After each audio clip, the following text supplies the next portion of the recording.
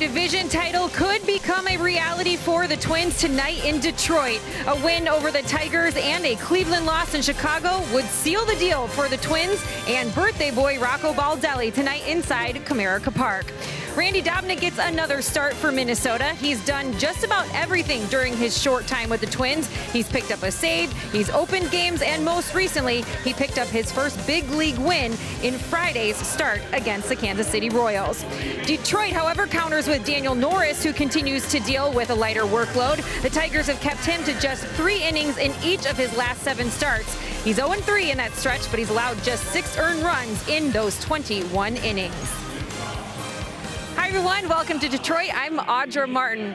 Regardless of if or when the Twins clinch the Central Division, there's already reasons to celebrate today in Detroit. It happens to be Rocco Baldelli's 38th birthday, and the guy he's sending to the mound today will make his final start before he heads out of town to get married this weekend in Maryland. So a clinch here tonight would just be icing on the birthday/wedding cake, but it of course will take a good outing from Randy Dobnak, a guy who has been impressive ever since joining the big league Minnesota Twins. He has been solid in any situation that he's put him in after filling a handful of roles. Now he's transitioned back into a more comfortable starting role his last 2 outings. With just 2 runs allowed and 7 strikeouts in those 10 1/3 innings of work, he's proven that in this very short time already, he has what it takes to succeed as a big league starter.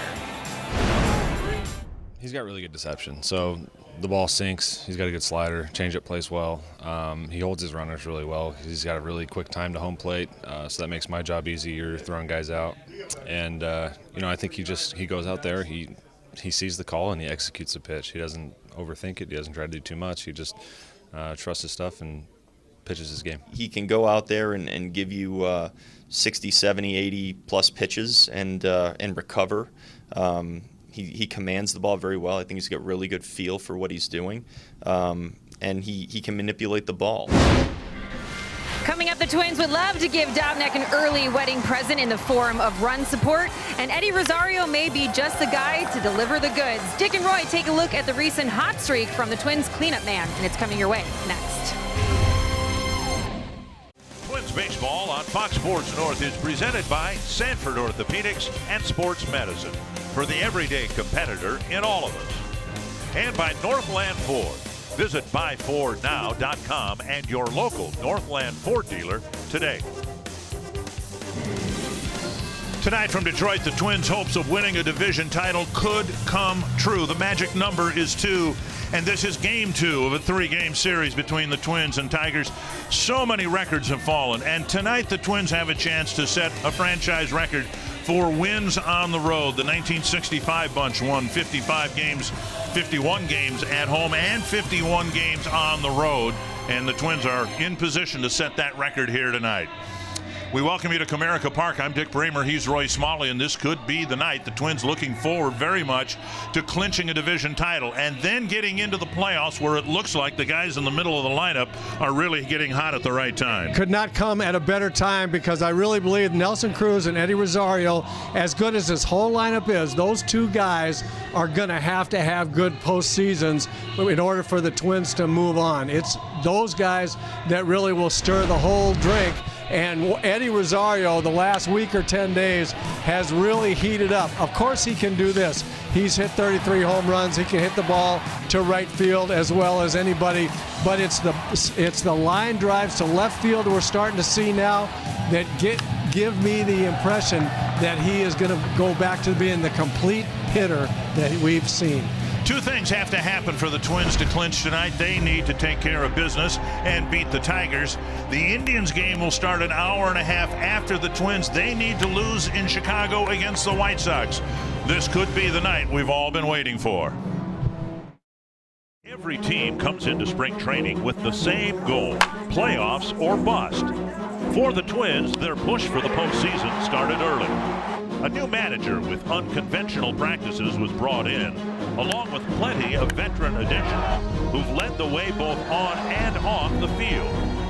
7 months of hard work comes down to this: a chance to win their division for the first time in nearly a decade.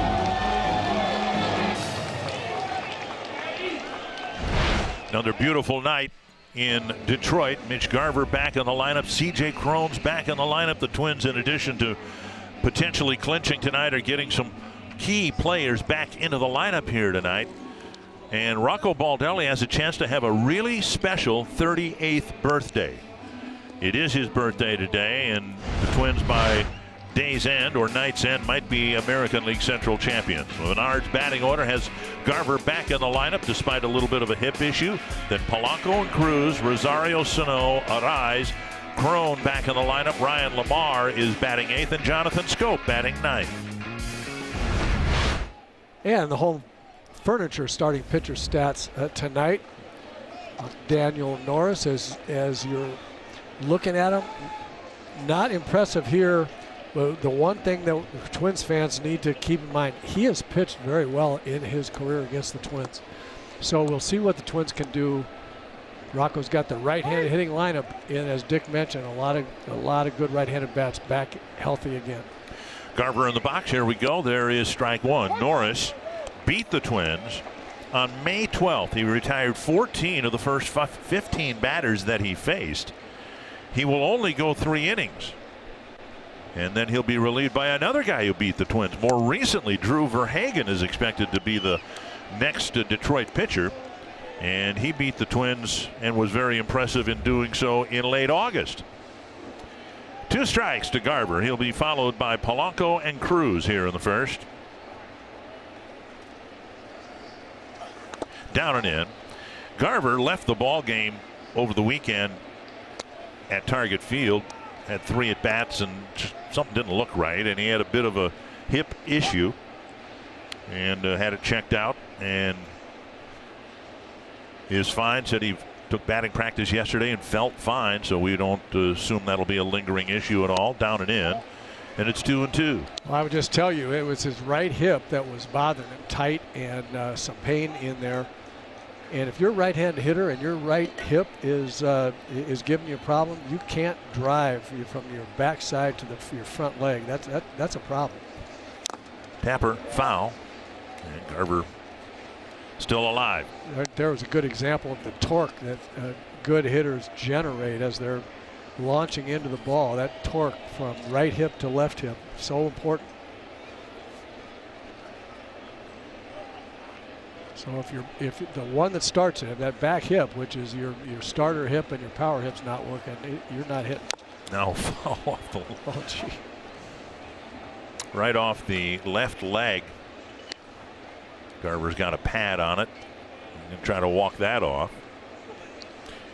As Rocco Baldelli said, he talked his way into the lineup today and probably has some second thoughts right there about talking his way into the lineup today. You know, the problem with those pads that you wear, and I wore one most of my career because I did that all the time, but invariably you're just a great shot. You've got great control of the bat. You hit yourself below or above the pad all the time. That's what it looked like. Mitch hit himself in the foot there, but below the pad. A couple of 2-strike fouls, and Garver taking a little extra time to get back in the box. Now he's ready.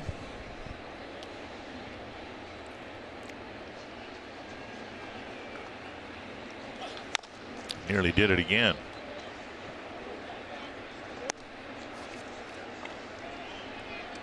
"31 home runs. And while he has not been in the lineup, the Twins, of course, had Luis Arraez hitting in the leadoff spot. And Arraez, a completely different type of leadoff batter, more of an on-base guy. And now it's 3-2. Norris has been limited to just 3 innings pitched in his last 8 starts, just because they want him to not exceed a threshold for innings pitched this year.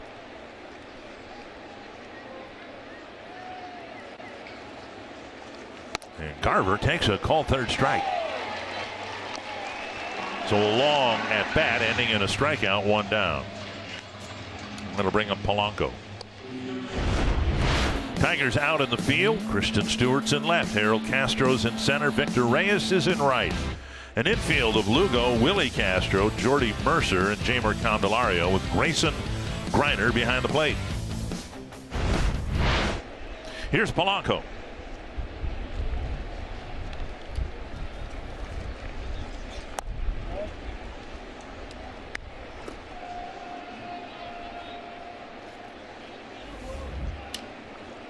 1-0 to the Twins shortstop. And a strike, 1-1.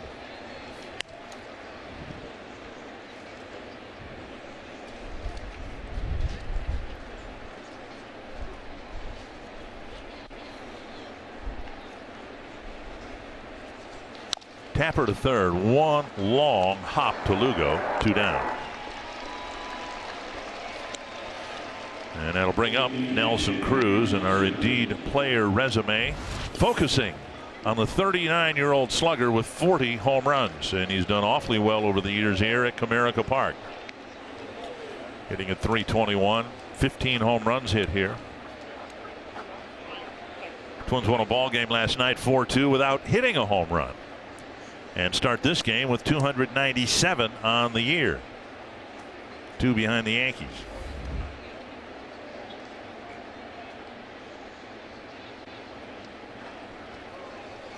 It's a healthy breeze blowing from the right field pole to the left field pole, so anything hit with any authority airborne toward left field should get a little help.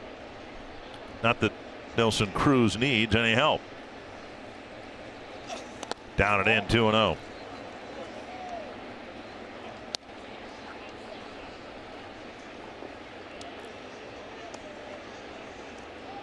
I'm really at a loss of what to say more about Nelson Cruz and the remarkable things that he's done this year. 3-0, Rosario on deck. When you think of, in August, it looked like his season was over when the ligament finally blew in his wrist.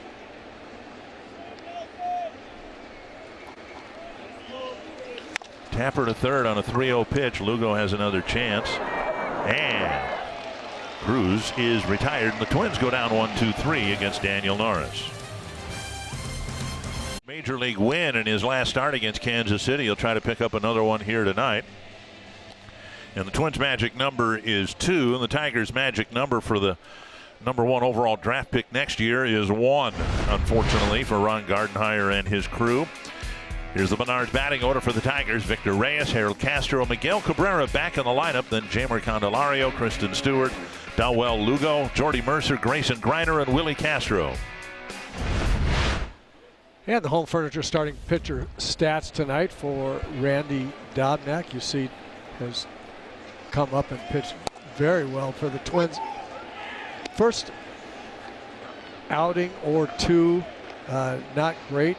Opponent batting average raised of just one outing basically, but since then he's been pretty good. And hit his left wrist, recovering and throwing low, and Crone dug it out. So Dobnak, I think, is fine, and he motions his glove at Crone like, hey, that was a heck of a play, and I'm sorry I buried one in the dirt on you. It was a heck of a play. As a first baseman, when you're getting ready to receive the ball, you look for every different kind of bad throw that might happen, but you don't expect that spike right there. That's just not one that would have occurred to you might happen. And it was a terrific play by C.J. Crone. Players practice just about everything, but they don't practice a short throw from 30 feet. or less than that spiked right in the ground in front of you. Right. 1 strike to Harold Castro. Crone, who's been really good over at first base this year, gets tested right away. That's a quarter swing, and it's 1-1. Dobnak's story is one of the great ones in baseball, not just on this Twins roster. There's so many great stories within the Twins clubhouse, but Dobnak started this year in Fort Myers. There's a ball hit to left. It'll hang in the air for a rise, 2 down. Dobnak started in Fort Myers, high A ball, after spending all year last year in Cedar Rapids. He was promoted to Double-A for 4 games. Then he was promoted to Triple-A for 4 games. Then he was sent back to Double-A for 7 games, promoted back to Triple-A for 5 games, all the while keeping a very high rating as an Uber driver. He's got a 4.9 rating, and he also considers himself an active driver for Lyft as well. Ball 1. One of the things that I've really liked about Dobnak is he just seems fearless on the mound. He's very confident in his stuff, and he throws it in there and says, "Here, hit it."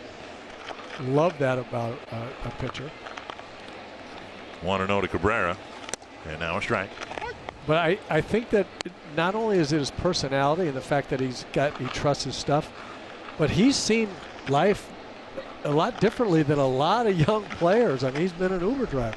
It might, and he thinks it might be again. And that off the glove of Polanco, and Cabrera will reach on an error. It took a high hop, and Polanco was expecting a high hop, just didn't get the glove on it. So, should be a quick 1-2-3 first, but it's not. Now Jeimer Candelario will bat. A lot of overspin on this ball. The ball bounces high and kangaroos on Polanco. I think the ball got a little closer to him than he thought it would at first, and when you get that close to a ball that's overspinning like that, you really don't know where your glove needs to be to catch it. Jeimer Candelario will bat with Cabrera aboard. That's hit to the gap in right center field. And it'll run all the way to the wall, and that'll give Cabrera a chance to be waved around third. Here's the throw coming from the outfield, and safe. Cabrera just beat the throw, and the Tigers take a 1-0 lead. So an unearned run for Detroit to start the scoring.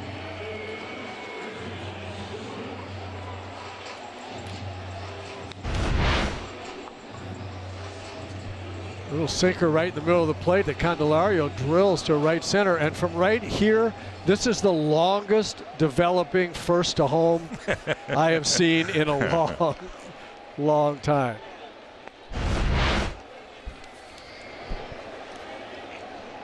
Clocked at 113 off the bat, and it went to the deepest part of this deep center field. Yeah, that ball was whacked. So now Kristen Stewart with a runner at second. In there, strike one.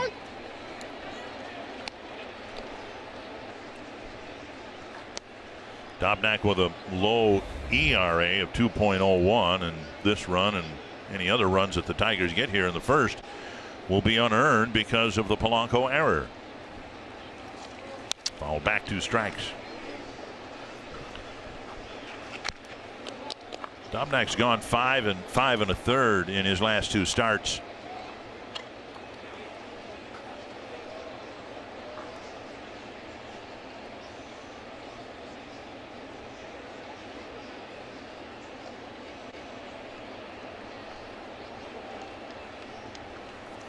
And outside 1 and 2.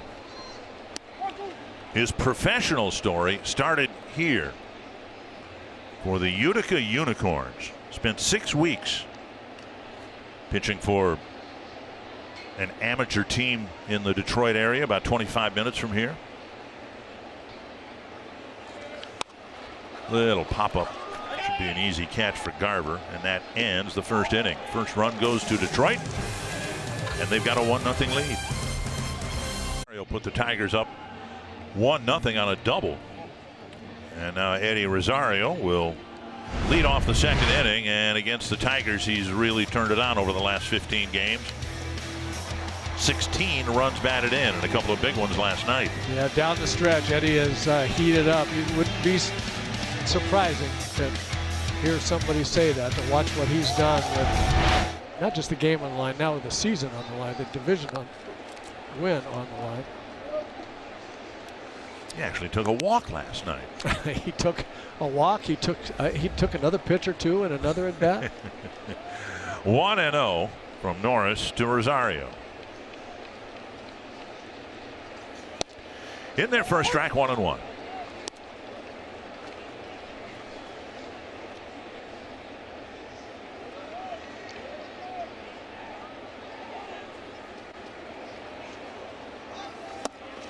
And strike 2. Well, if nothing else, I will say this about Norris: he works quickly. He's ready to go.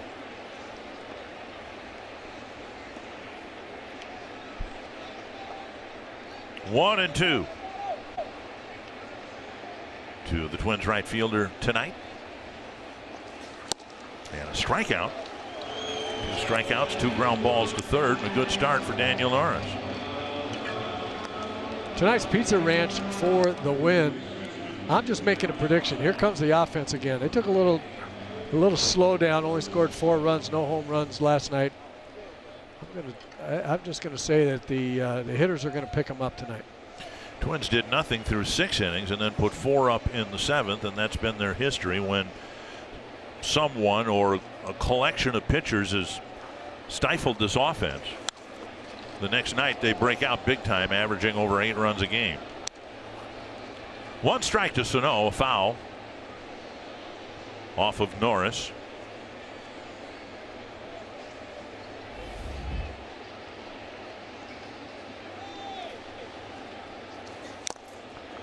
And another foul, 0-2.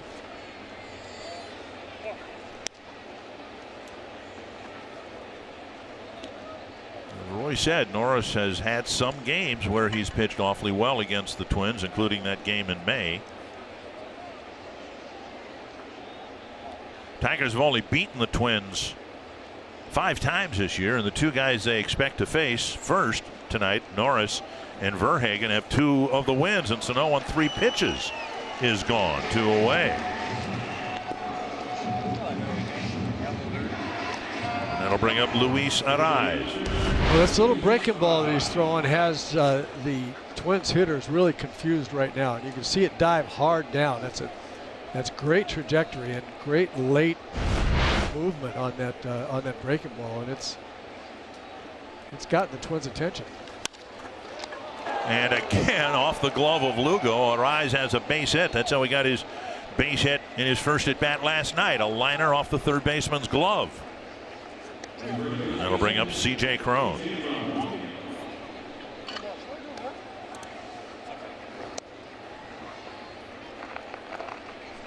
Maybe more consistently than anybody else, Arraez seems to get the good part of the bat on the ball.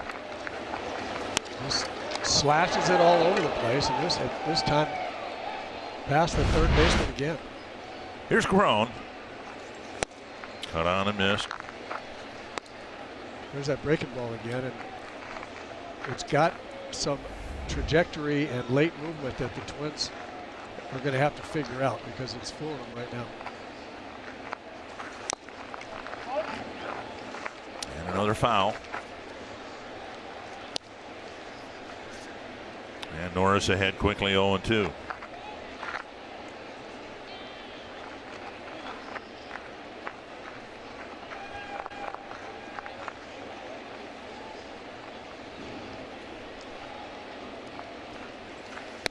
And he takes a fastball up, 1-2. 3 wins, 13 losses for Norris.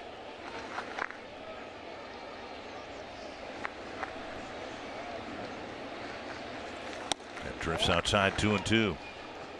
Watching Norris's delivery, he's got. I think he's got a little deception in his delivery as well. He goes into his windup, his getting ready, and then hides behind his shoulder and quick to the plate.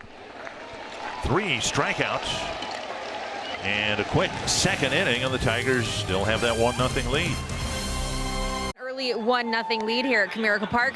It's time for our Sanford Health injury report, and it's unfortunately some tough news for the Twins regarding the bullpen because Sam Dyson underwent capsule surgery on his right shoulder yesterday in LA. Head trainer Tony Leo describes the injury, saying that it basically occurs when the shoulder joint detaches from the humerus. So the surgery realigns the joint and the ligaments to get everything anatomically lined up and anchored back into place. He says it's hard to say if that injury is directly related to the biceps tendonitis he was dealing with the last few months. One could have affected the other, but that's not necessarily the case. It can typically be 4 to 5 months before guys can move around and start tossing the ball around, and then possibly 12 months before they can return to game action. So yes, this could keep him out of baseball for the 2020 season. Dick and Roy, no doubt that is disappointing news. They are really hoping that Sam Dyson will be a future here for the bullpen for at least next season. And we haven't gotten to know Sam real well, but really tough news for him. He came from a non-contending team to a contending team and was looking forward to contributing to what is hoped to be a playoff team through the regular season and into the postseason. Fly ball, short center field, and coming in is Lamar, and a diving catch in center. Ryan Lamar with a great catch. The first out of the second inning, turned in by a great catch by the Michigan native. Looked like he got just a little bit of a late read on it. He didn't come in right away and then really had to turn it on. And watch this play. This is not easy, coming in with your glove turned up like that. The ball could hit you in the heel, could hit anywhere and not stay in there. That was a really nice play. One down now, Jordy Mercer.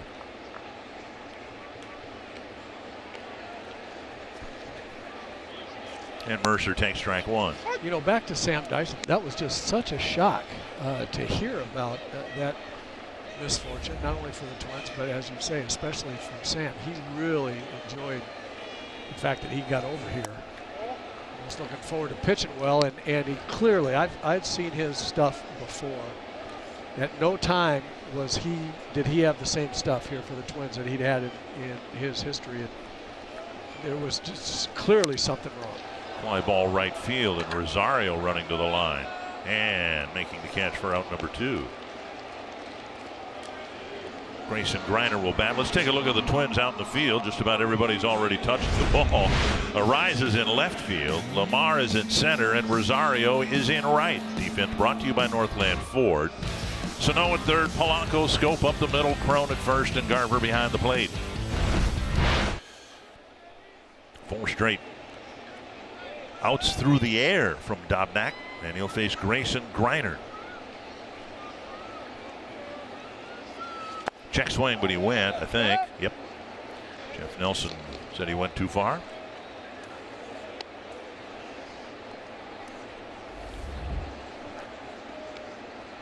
Tigers alternating catching duties. Greiner, Rogers, Hicks still catching from time to time. Back on the ground. Sano sets. And a good inning for Dobnak. And it's 1-0 Detroit as we head to the third.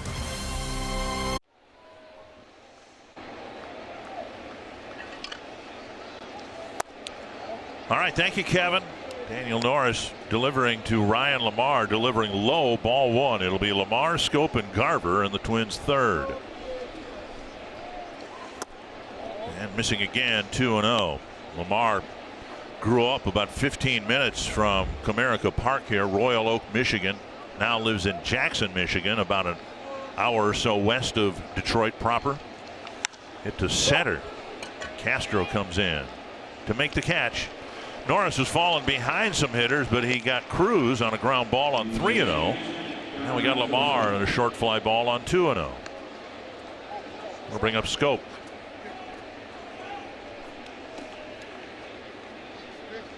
And we believe Norris will be done after this inning. And then Verhagen will take over.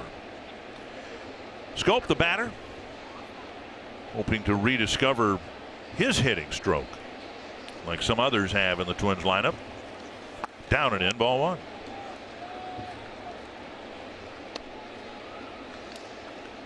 A little bit tougher challenge for Scope because, of course, he's lost some playing time to Luis Ariz.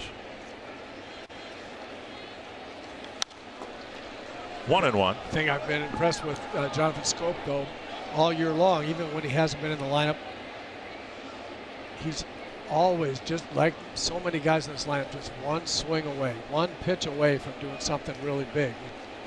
You've seen him do that. Toward the hole and under the glove of Castro. And Scope's aboard with a 1-out single.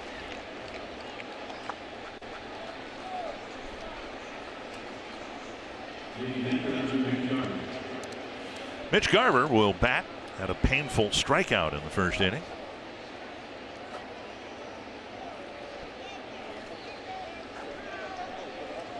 All strikeouts are painful. You know, the worst to me would seem to be at Fenway Park because the walk to the dugout is so long, right? And the fans are so close to you. As you get there, you hear about it. Garver swings and misses. 1 strike. There's that breaking ball again. He's thrown good ones at just about every Twins hitter, and no hitter has looked like they saw that ball or recognized what it was doing well at all. We'll see a pretty good one from Verhagen if, in fact, he relieves Norris here from the right side. Inside, missing with a fastball, 1-1. As I was saying earlier, I think Norris's delivery is sneaky on the fastball and also sneaky on the breaking ball, but the breaking ball trajectory and late movement is sneaky as well. Twins hitters just have not looked comfortable yet. Change up away, 2-1.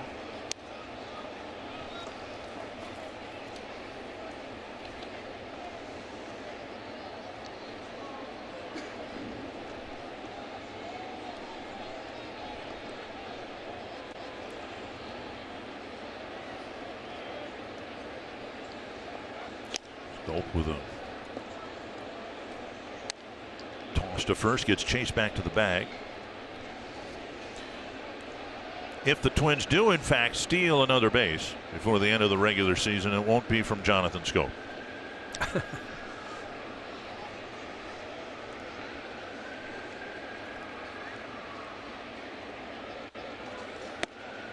High, and it's 3-1. So Norris so far has survived when he's fallen behind some hitters, but he's got a dangerous bat at the plate now.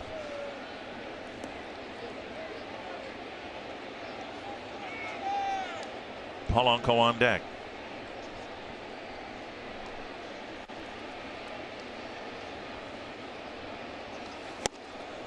And a fastball swung through it, 3-2.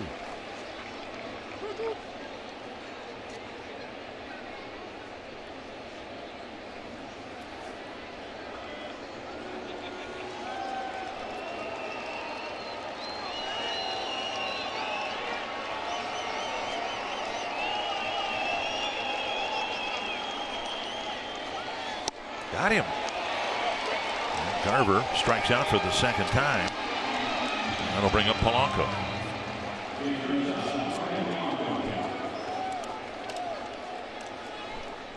You watch here, we'll take a look at strike 3 here to Mitch, and watch he's kind of going to left field. You see how his hips and his rear end have he kind of lost him. Watch here again. He's got nothing but arm swing left, and it could be the hip is still, he's not real confident in that, so he's getting him started early. Could be that. And Polanco with a big swing and a foul. It also could be that Norris struck Mitch Garver out on 3-2 inside fastball. He just froze him. Mitch just couldn't believe he would come inside to him in that pitch, and he might have been protecting against that. They're 3-2 and cheated a little bit with his body, but I'm hoping it's that, and not that he's still nursing his hip soreness. Weak ground ball to short. Castro flips to second. The Twins get a base hit. Leave a runner aboard. It's still 1-0 Detroit. Hoping the Twins can handle affairs on the field, win their ball game, and then hope that the White Sox can beat the Indians. Indians probably are more concerned about what the other teams involved in the wild card race are than what the Twins are doing these days. 5 games left, and the Twins have a 4-game lead. The Indians looking up marginally at 2 other teams in the wild card race. Here's Willie Castro to lead off the third for Detroit, squaring to bunt, taking ball 1. Oakland's up by a game over Cleveland. Tampa Bay's up by a half game.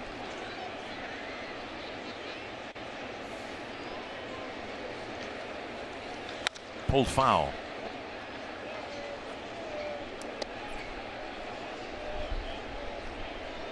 Castro, Reyes, and then Harold Castro will bat.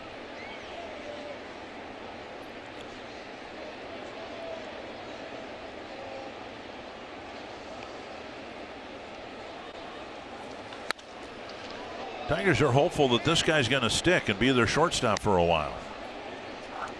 Just called him up about a month and a half ago, and he's gotten the attention of Ron Gardenhire. Yes, definitely. Gardy thinks he can play the position, no question about it. And as with a lot of young players, he just needs to find out who he is, whether or not he can hit the big leagues, and what kind of hitter that's going to be. Dobnak's retired 5 in a row, giving up just the 1 hit. 1 down in the 3rd, and now Victor Reyes. Randy Dobnak just doing what Randy Dobnak does, and that is throw it in there. That's a nice little breaking ball right there. Froze Castro. But he's not going to walk guys. He's not going to get behind too often unless he's just really off of his game. His normal game is, here's my stuff. See if you can hit it. And in there for strike 1.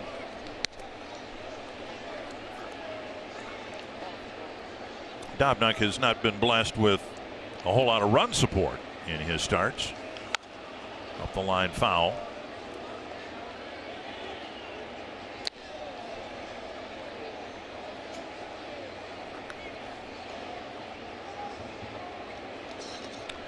As expected, Drew Verhagen getting loose in the Tiger bullpen.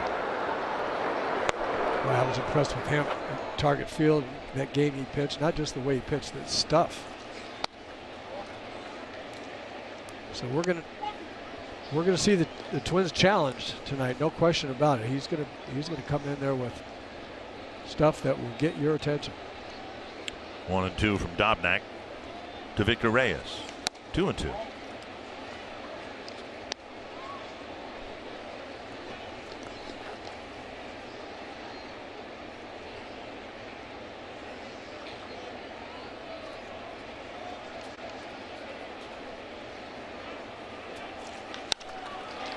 On the ground, Schoop has it to Cron, 2 down. With 2 away in the Tiger 3rd, let's get the big story from Audra Martin. And guys, that big story is the Washington Nationals capping an improbable comeback last night in D.C., complete with a Trey Turner grand slam in a 6-5 win over Philly and a Cubs loss to the Pirates. The Nationals clinched a National League wildcard spot last night after starting the season with a 19-31 record. They are just one of 9 teams ever to go from 12 games below 500 to then eventually making the postseason. Everyone was having a good time celebrating, but maybe no one more than our old pal Brian Dozier. Dick and Roy, if you have not seen the video, I highly recommend Googling it, because Dozier was having quite a good time celebrating last night with his teammates. It was fun to watch. I saw it, and I can tell you that seeing it once was enough. Swung on and missed. 0-2 to Harold Castro. So the Nationals now are in, but they're fighting with the Brewers, who are also fighting for the division championship in the National League Central, but they're fighting with the Brewers for home field advantage. And a quick strikeout of Castro, and a real good inning for Randy Dobnak. Heading to the 4th, it's 1-0 Detroit. Concepts in the first inning after an error put one guy on. Candelario, the first baseman for the Tigers, drives in Miguel, a lumbering Miguel Cabrera from first base. Daniel Norris pitched 3 terrific innings, only 2 hits, struck out 5 in 3 innings, no runs. And it's not going to get any easier, at least based on what we saw at Target Field. It's not going to get any easier with now Verhagen taking over in the 4th inning. Well, it was his best outing of the year. He had at one point in his outing against the Twins 5 straight strikeouts. He had 2 1-2-3 innings where he struck out the side, but he gives up an opponent batting average to both righties and lefties in excess of 300. So somebody has been able to knock him around a little bit. We'll see if the Twins can do that here tonight. Pretty high whip. And he'll face Cruz, Rosario, and Sano, the 3, 4, and 5 batters who've been the fulcrum in September of what's been a really good lineup. Cruz had a 3-0 pitch, and he Sent a ground ball to Lugo at third base. Off the plate, ball one.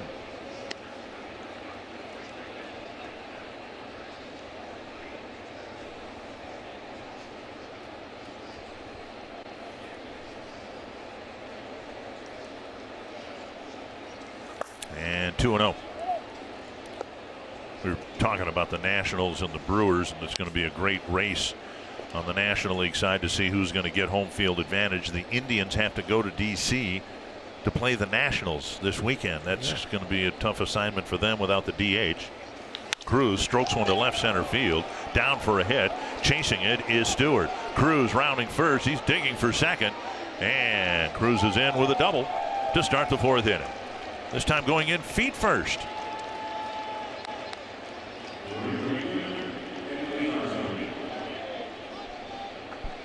And that'll bring up Eddie Rosario.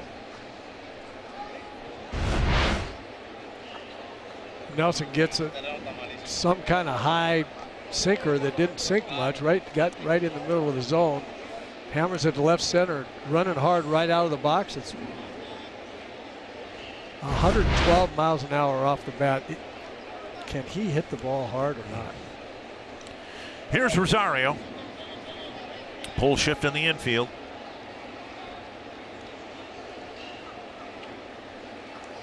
And Rosario takes strike one. Struck out swinging his first time up.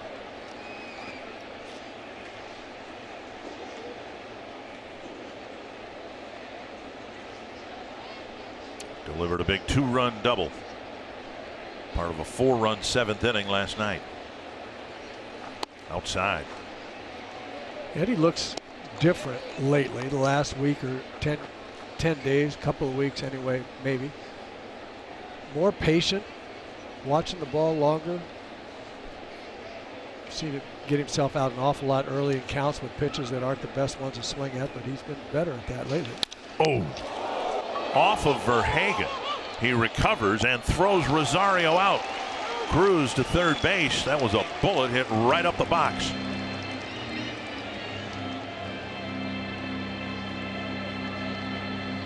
And Rosario, I don't think, can hit the ball any harder than he did. And I'm not sure where that hit Verhagen.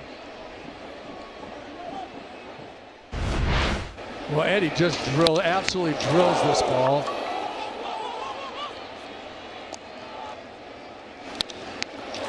Yeah, it looked like it hit him right at the belt, right at the hip. 103 miles an hour. That ball was scalded also. You know, 103 miles an hour at 60 feet 6 inches. That's close. That's fast and close. And it just hit him flush. Yeah, I mean, the sure ball did. just dropped straight down and rolled about 10 feet away. Couple of warm-up tosses.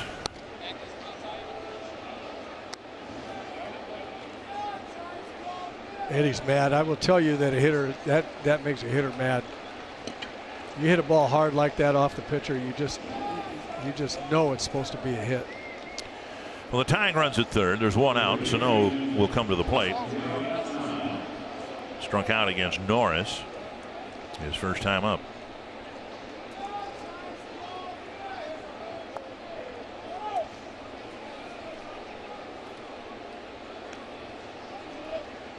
And now the Tigers put a pull shift in the infield for Sano.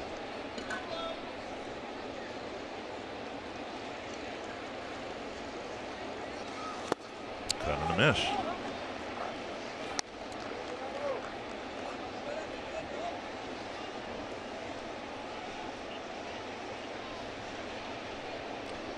There you see the pull shift. If I were the Tigers, I'd move Mercer even further pull.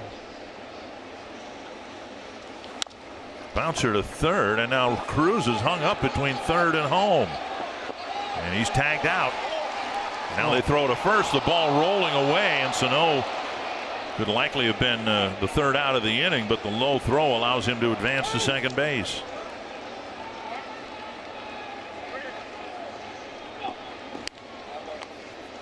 So Cruz trapped off third. He's the second out, and Sano gains second base on the errant throw.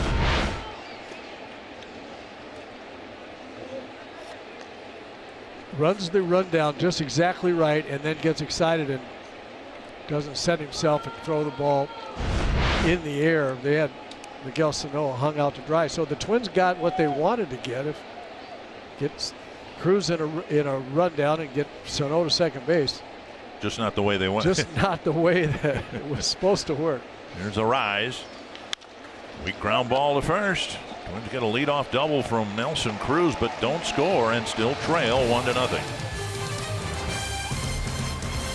Sports North is presented by Chevrolet, the #1 selling brand in the Twin Cities, and by Grand Casino. The best stories start here.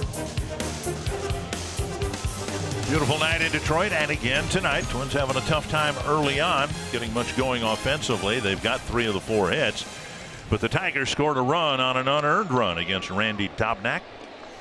Miguel Cabrera with 2 out in the first hit a chopper to Jorge Polanco, but the second hop jumped over his glove, and then on the very next pitch Candelario stroked a double to the center field fence, and that scored Cabrera all the way from first base. Half swing, strike 1. Cabrera has said that he wants to get himself in much better shape for next spring. Bouncer to third, and Sano has that ball jump over his glove, and Cabrera will reach on another error. The left side of the Twins infield has had some fielding problems this year, and Cabrera will reach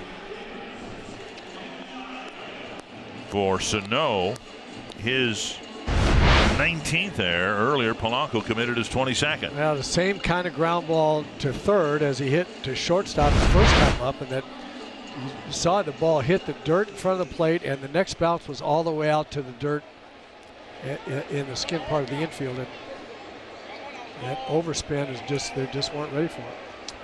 Dobnak to Candelario again, an RBI double in the first.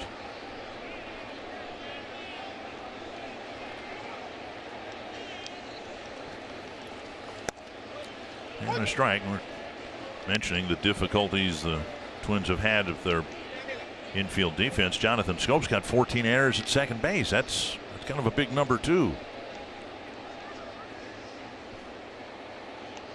1 strike to Candelario. And now a ball.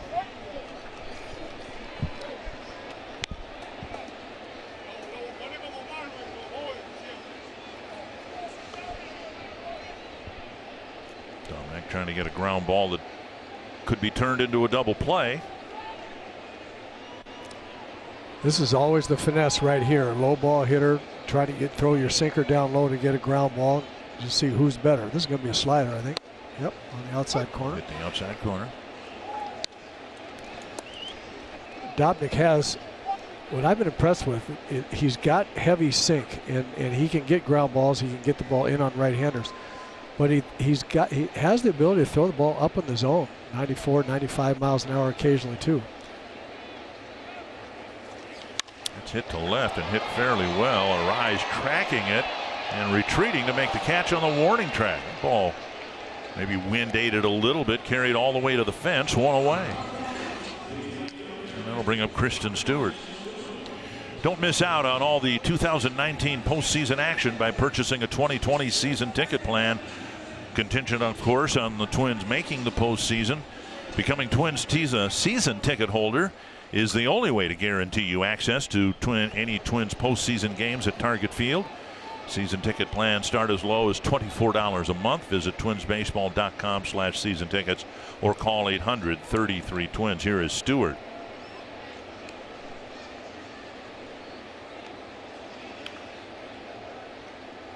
The double play grounder has been a big weapon for Dobnak. He now has pitched 26 innings for the Twins, and he's gotten 4 ground ball double plays.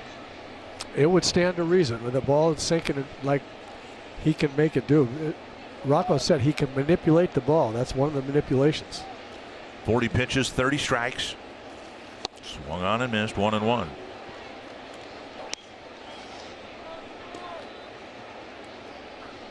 Stewart fouled out to Garver his first time up.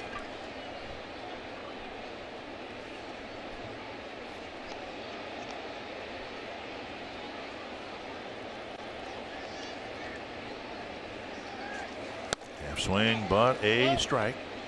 And it's 1-2.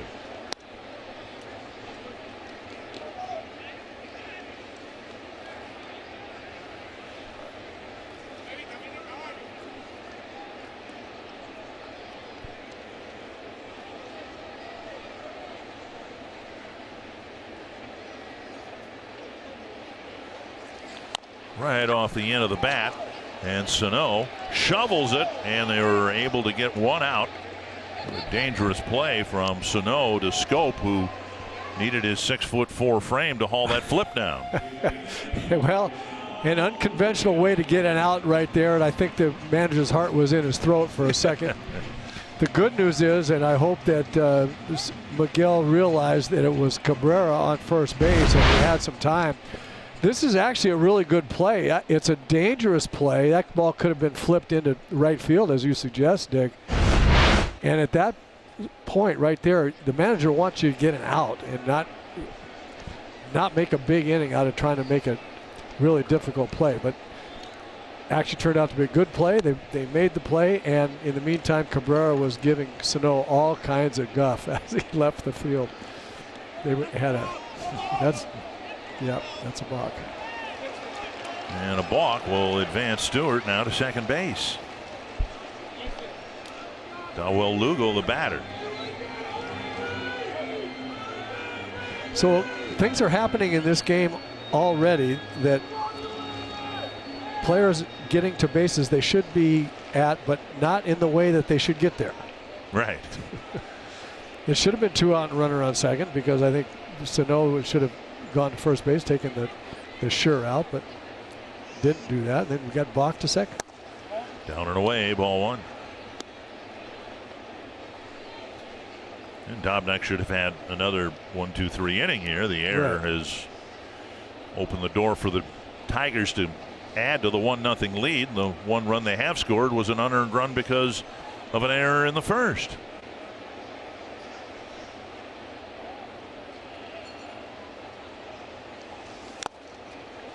One and one. There's a great example right there of that heavy sink on that fastball. Started about thigh high in the middle of the plate, ended going past the inside corner at the knees.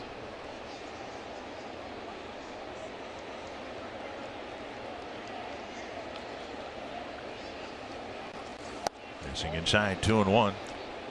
Rocco Baldelli mentioned today in the meeting with the media, we're talking about Dobnak, and he said, you know, he's got uncomfortable stuff for hitters, especially against right-handers, and this is exactly what we're seeing. This is why. If you want to know why right hitters can be really uncomfortable, it's because that the ball moving in at them so hard, and then he follows back with that one going the other direction. That's a great combination.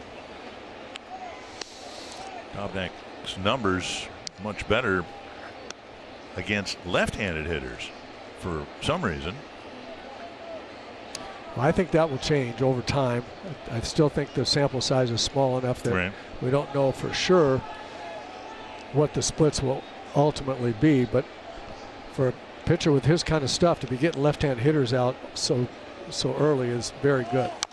Chopper to short, and Polanco with a low throw, and Cron digs that out. They need to tighten some things up in the field. They're lucky they didn't give up another run in the fourth.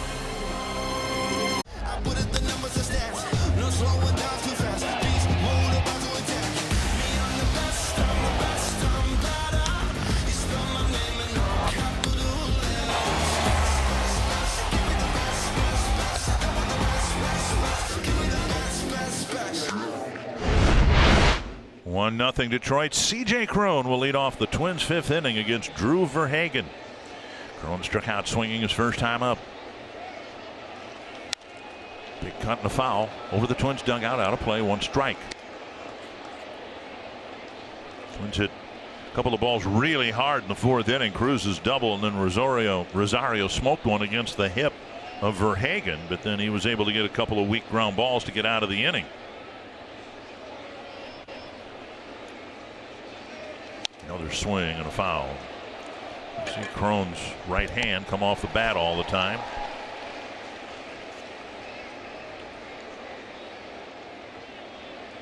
0-2. Swings and misses and foul balls. Those are the occurrences when that thumb will bark a little bit. Checked his swing, 1-2.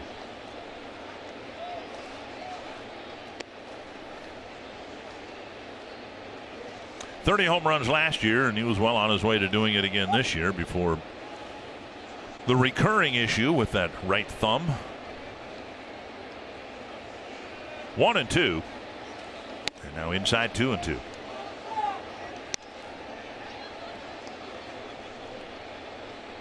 Last night, Twins didn't get anything done until the 7th inning and then held on to win 4-2. Boy, the Twins would love to get C.J. Cron going again like he was in the first half of the season before the injury. A high fly to left. And under it is Kristen Stewart. And Cron with a high fly ball for the first out. Lamont Wade Jr. will hit in what was Ryan Lamar's spot. Quick word now from the Minnesota Lottery.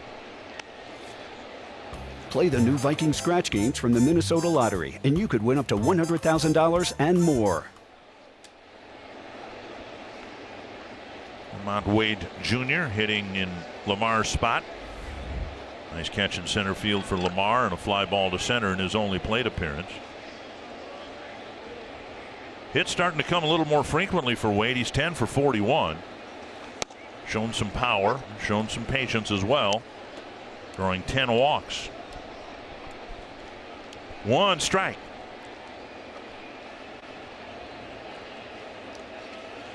1-1. He's patient for sure. He doesn't swing at the ball outside the strike zone very often. He sees the ball very well, knows where the strike zone is. Another nice looking young hitter that comes up to the big leagues knowing the strike zone better than most young hitters do.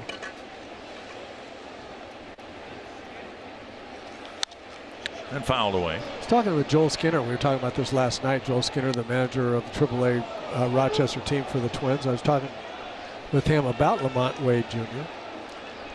As we look at Ryan Lamar there, we've got Wade replaced him, but he said they actually kind of messed Wade up during the season last year. He took some steps backwards. They were trying to get him a little bit more pop, a little bit more power. He's a good line drive hitter, as you say, very patient at the plate. And they were trying to get him to drive the ball a little bit more, and he said he really went backwards. And so Joel went back to him and said, "Hey, never forget what I said. Never mind.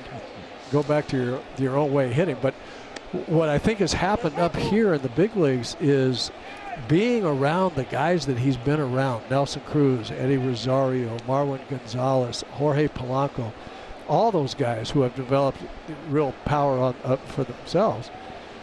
I think just being around the batting cage, watching those guys, he's starting to have some power without trying to really totally readjust his swing, and that's another one of the benefits of these guys being around. The veteran players here, these young guys come up and they watch and learn. Well, he hit .298 for Chattanooga last year before being promoted to Rochester, and then he hit just .229 at AAA. 3-2 to Wade with Schoop on deck. Ball 4. Took a close pitch inside. Now the Twins have another base runner. First walk taken by the Twins here tonight. The calendar turns, the action ramps up. Baseball's brightest young stars take center stage. The Major League Baseball postseason begins October 1st. Go to MLB.com/postseason for the full schedule. Schoop singled his first time up.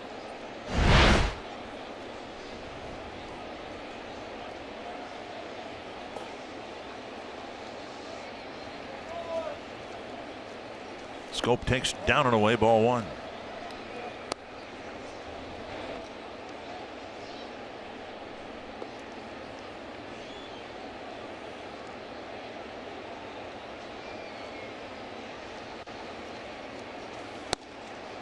And the White Sox hosting the Indians, and that game will get started in about 20 minutes. And for the Twins to clinch tonight, they have to win their game, and the Indians have to lose theirs. Schoop, dribbler towards short. And they get the out at second base. Castro with a nice play. Took a bit of a risk. Wade was hustling to second, but they got him by a step. Good play by the young shortstop. That's a play that his manager wants him to make. Get that lead runner. Don't take the safety first way to first base in this particular situation. This is a ball where if you play it well, you're going to get him at second, even though it's close. You got to make that play. That was a nice one. And now Garver, who struck out twice against the lefty Daniel Norris, facing Verhagen for the first time.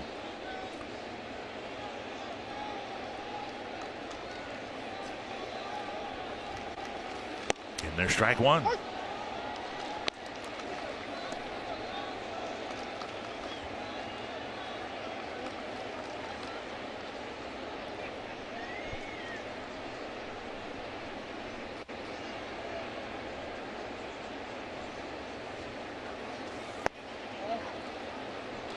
One and one.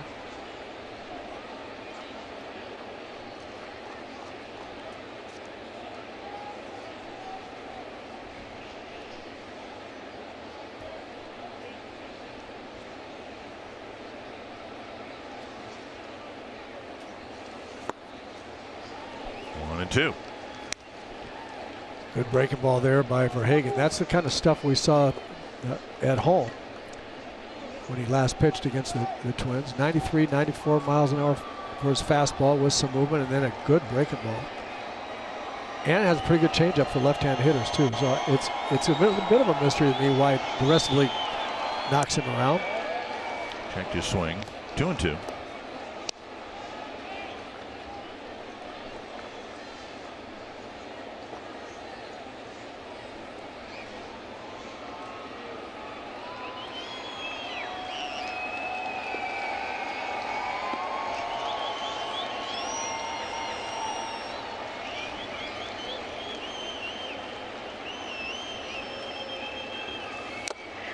Garver has struck out 3 times in his return to the lineup.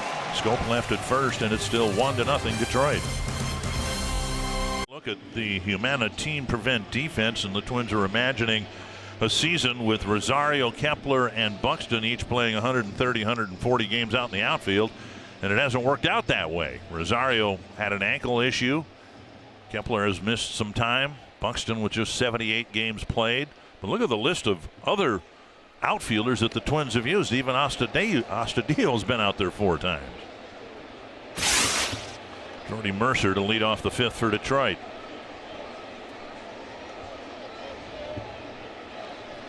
Mercer hit a fly ball to Rosario in right his first time up, 1-0.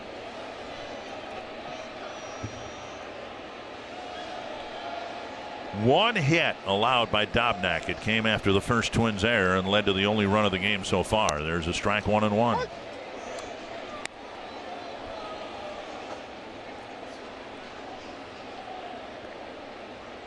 Almost a 3-to-1 strike to ball ratio.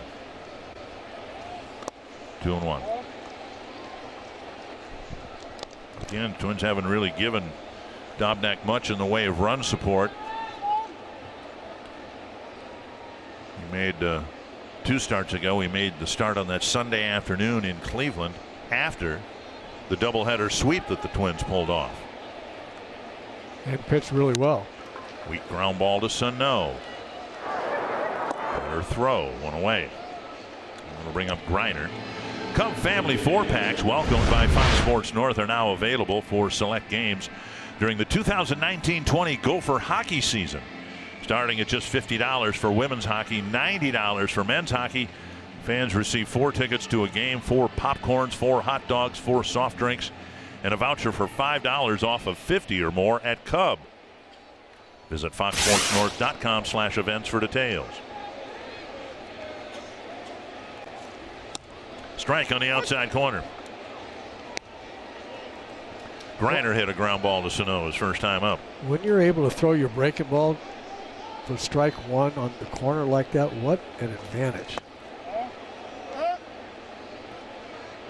Check swing, no swing, 1-1. You see guys do that a lot. They call it get me over curveballs or get me over breaking balls, just trying to throw something in for strike 1 other than a fastball. But Dobnak's been doing it with that kind of good stuff right there. Good movement right on the corner. Again, getting married on Saturday. We'll leave the team tomorrow. And a strikeout for out number 2. I love Mitch Garver right there. He saw that Dobnak had good command of the breaking ball, and that Grinder just wasn't going to hit it. There's the first one, strike one. He overthrew that one, but Grinder offered at it. Garver says, "Well, he's not going to hit it. Let's just keep throwing it." And that's the way to call a game. Here's Willie Castro. A swing and a miss at the breaking ball.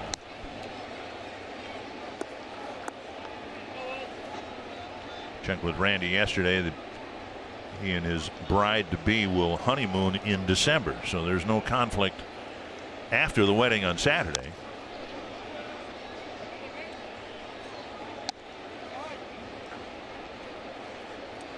And of course, he's hoping to be added to a playoff roster after the regular season ends on Sunday. 0-2 to Castro. Boy, the way he's pitched, I can't imagine him not being in the postseason. 95. That's the one you were talking about before. 95, yep. Up in the zone. Up in the zone, and when he's been down to the whole time, changes the hitter's eye angle. The only thing about that pitch, it was away from the left-hand hitter. If he throws that ball, that same pitch, a little bit higher or more inside, I think he gets him out over the plate. He was able to fight it off. Fouled away. But yes, I really like the fact that a guy that's his bread and butter is heavy sink, to be able to throw 95 up in the zone like that, that will give hitters a problem. You start looking, your eyes you're just focusing on, he's gonna throw the ball down, I've got to go down and get it, and then all of a sudden you get 95 up above the belt. High and deep to left. A rise back, and the wind pushing it to the edge of the track. Another 1-2-3 inning for Randy Dobnak, but the Twins trail 1-0. Last night, maybe they can get something going here in the 6th, down 1-0. And Jorge Polanco providing one of several great moments on the road this year when he hit for the cycle in Philadelphia. And it was fun to see him get the last hit. Needed a double to do it. After 3 hits left-handed, and sure enough, smacked a line drive down the left field line to complete the cycle. We'll continue to show you some great moments on the road, and we can't possibly show them all. It's been remarkable this year what has happened. There's Polanco leading off the 6th, up and away, ball 1.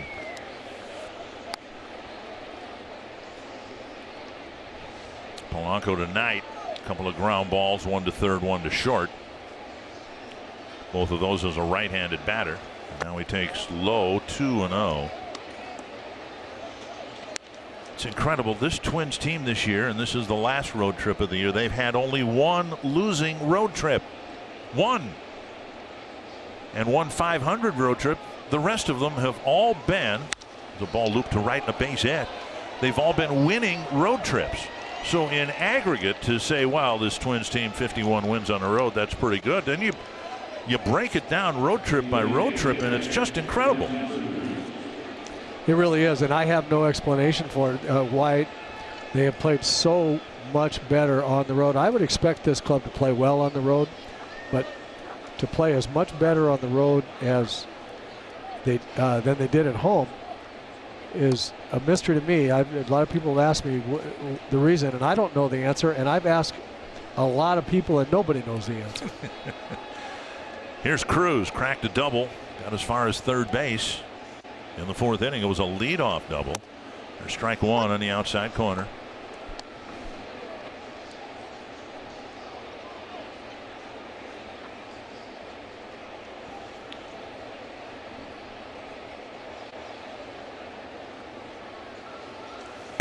Strike 2.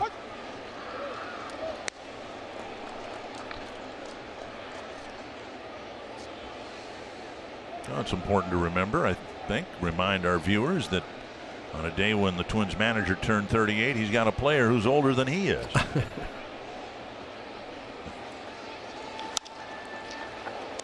Slowly head into the bag, a double play. So that takes care of the leadoff single right off the end of the bat. And they're 2 away in the 6th. That'll bring up Rosario with 2 down and the base is empty. Yeah, he pitched Nelson Cruz really well there. Slider for a strike, fastball for a strike, then a strike, and then a very good slider out on the outside corner that got Nelson on the end of the bat. Verhagen frustrated he didn't field the ball. Then he looked behind him, and there was Jordy Mercer right there. Here's Rosario, a strikeout and a bullet off the leg of the pitcher, and he takes outside a ball.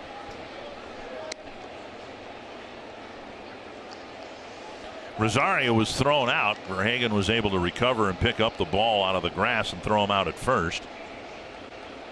2 hardest hit balls of the night came consecutively. Another weak ground ball. And the Twins send just 3 men to the plate in the 6th.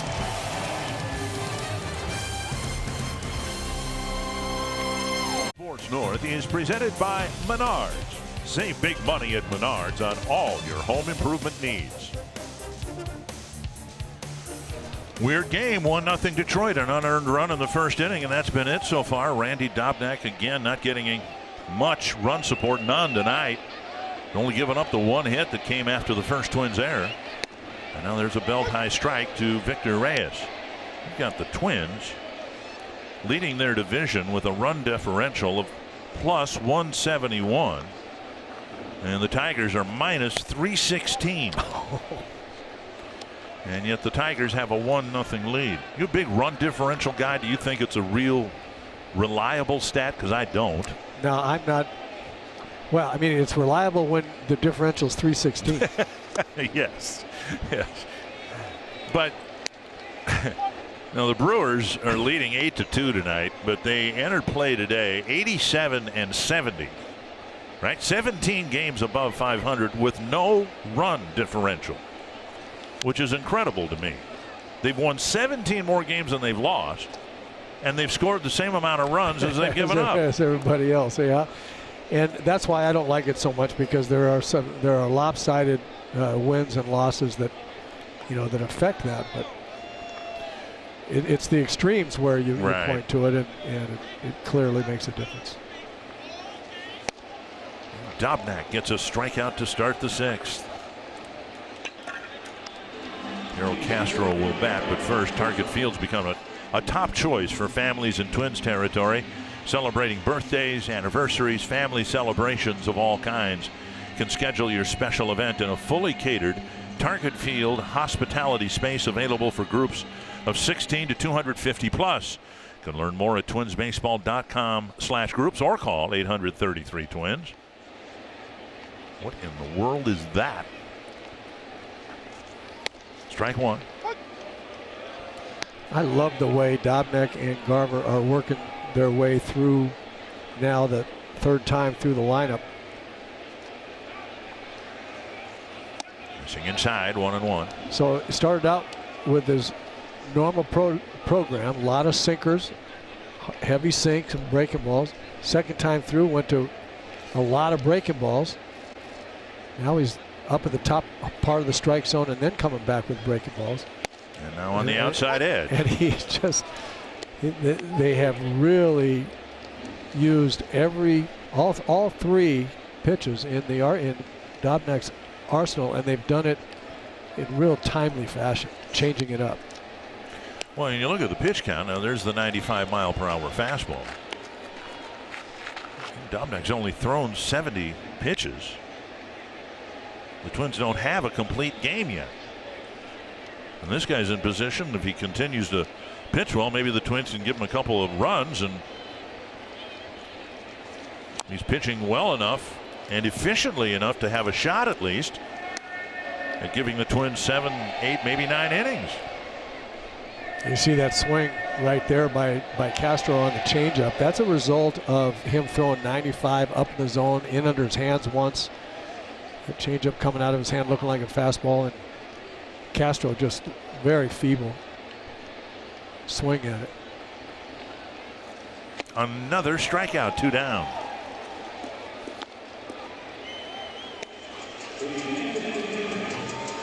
Five strikeouts now for Dobnak.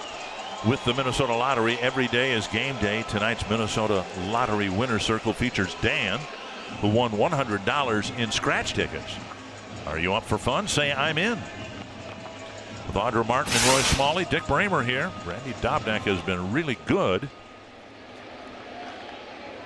But again, the Twins haven't given him any run support to work with. Cabrera takes inside. Okay, everybody in the infield, beware the overspinning ground ball. Twice Cabrera has reached. Oh, swing and a miss. I think during his first at bat, we were starting to tell about Cabrera and how he realizes he needs to drop some weight, get in shape. He's got a knee issue, a right knee issue, and his hope is if he plays a little lighter, his knee won't be as painful. Well, you can really tell he's not the same guy. One of the best hitters that I've ever seen, probably the game's ever seen. But if you've got a right knee issue as a right-hand hitter, where you have a hard time really planting and driving, that will totally affect your whole program. Not too dissimilar to what I was talking about with Mitch Garver having a right hip issue for a right-handed hitter. But if you can't stomp down on your back leg as you get ready to hit, it affects you. Late on the fastball and a ground ball over by the tarp. 2-2. Just haven't been many deep counts here. No, that's Dobnak. That's what I really have come to love and admire about the way he pitches. He can throw strikes with 3 pitches, and here it comes. You're going to throw it in there and see if you can hit it.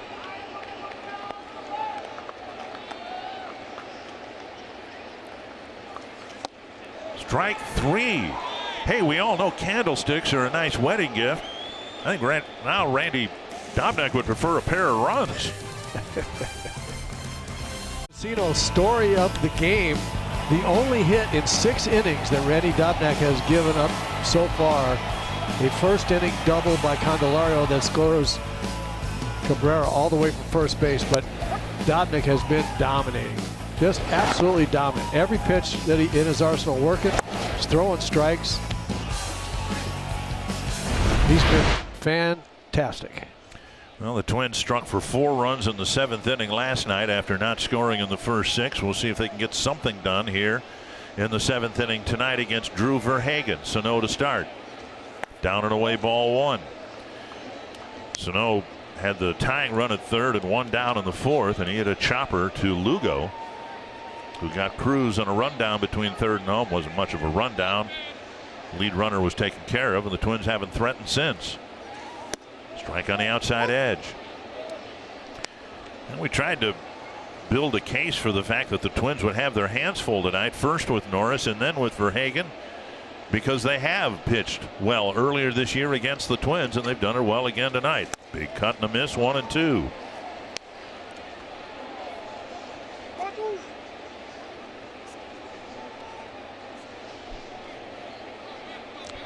As I said earlier, I'm having a hard time as I watch Verhagen's stuff now for what will be a 1 game plus 6 innings of this one, and I just don't see, other than potentially the ability to get a little wild. The way he's pitching against the Twins, the stuff and the location, just doesn't look like he should have had the record and the statistics that he has. He's got good stuff. 2-2 to Sano. And now 3-2. But eyes on deck. Here's a situation where the next step that Miguel Sano has to take, I think, is to understand that there are some counts that you think are fastball counts that aren't, especially to him. 3-2 is one of those where he gets a lot of sliders and misses them because he's just assumed it's going to be a fastball. Took a close pitch for ball 4. Just missed with a breaking ball, and the leadoff man is on. With tonight's showstopper, we'll go to Audra Martin. Well, guys, the Astros may have already clinched the division, but that does not mean Garrett Cole is about to let up at all on the mound. Last night on the West Coast, he fanned 14 Seattle hitters, setting a new franchise record with 316 strikeouts on the season so far. He has double-digit strikeouts in 8 straight starts, which ties a major league record, but he could break that and stand alone up top when he makes his final start on Sunday in Anaheim. He has had an incredible season, and I think it's safe to assume he'll have quite a nice payday when he hits free agency here this upcoming offseason. Well, thank you, Audra. Arise, the batter. He's taken his first pitch tonight. He singled in the second inning on the first pitch he saw. Then he tapped out to Candelario on the first pitch he saw in the fourth.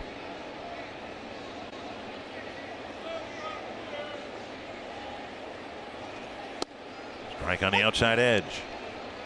Twins have had leadoff men on 3 times in the last 4 innings, but have yet to score a run. Cruz doubled in the 4th. Polanco singled in the 6th, and now Sano at first with a walk. A high drive to right field. Reyes going back. That ball is gone. Luis Arraez gives Randy Dobnak a wedding present.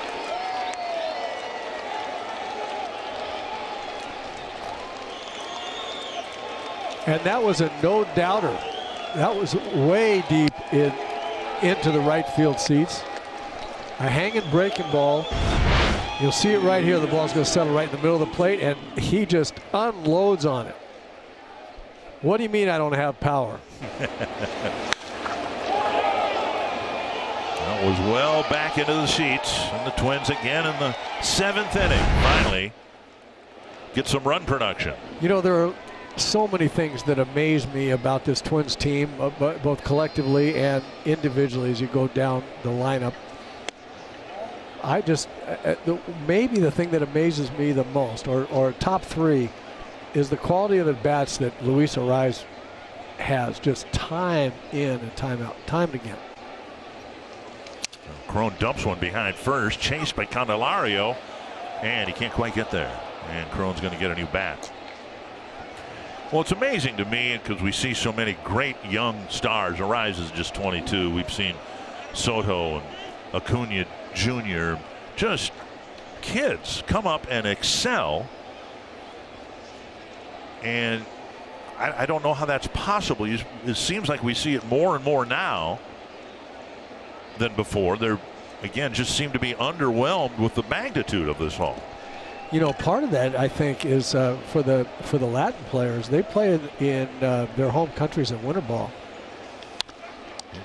Verhagen with a nice catch and a flip to first. And if you know anything about the winter ball in Venezuela and Puerto Rico and the Dominican Republic, they fill the stands, and it's wild. And so the Latin players especially, they come up here, and they're used to it being big stakes. Where they play at big stakes all the time, and so this is not that new. The ballparks are bigger and the lights are a little better, but the atmosphere is no different. Tyler Duffy getting loose, and now Wade with a bullet to center, but it'll carry all the way to Castro, 2 away. Well, yesterday it was my great pleasure to talk with Al Kaline, who won a batting title in 1955 as a 20-year-old, and he was a bonus baby like Harmon Killebrew. He had to be on a big league roster after signing a bonus. And I said, what was the toughest part for you? And he brought up an interesting thing. It wasn't the pitching. It wasn't, the magnitude of it all. He said he had guys on his own team, veterans, who didn't want him there. Big pop-up near home plate. Griner with the catch. And the 3 outs come after Luis Arraez at age 22, hitting a 2-run home run to put the Twins in front. Lead here in the 7th inning. Our Coors Light refreshing finish tonight. Another great start by Randy Dobnak. About as dominant as you can possibly be in a ball game. Gave up 1 hit, struck out 6. The one hit did plate a run because of an error in front of that hit. Other than that, the Tiger hitters have had almost literally no chance. What a performance by Randy Dobnak. In Chicago, the White Sox have a 1-0 lead over the Cleveland Indians after one. And the Twins will turn this game over to what has been a really good bullpen, and nobody's been better than Tyler Duffey. Well, you look at what he's done, and it's almost like when you can't wait for him to get in the game. And talk about dominant, he has been that for a good month and a half, maybe two, Dick? 2 months? Luis Arraez back in the infield. Lamont Wade taking over in left, and Ian Miller is in center. In there, strike one. Middle of the Tiger lineup, Candelario, Stewart, and Lugo. 0-2. Last night the Twins scored 4 times in the 7th inning and made it hold up. Now Duffey trying to protect a 1-run lead. See how what they do here after 2 good curveballs. He's set up for a high fastball, or will they go right back to the good breaking ball? You know, when you get a swing on the second pitch like that one, again, you go right back to it, see if he'll continue to chase. 4 straight Tigers have struck out. Dobnak left this game with a flourish, striking out the side in the 6th. And now Duffey strikes out Candelario. Here's Kristen Stewart.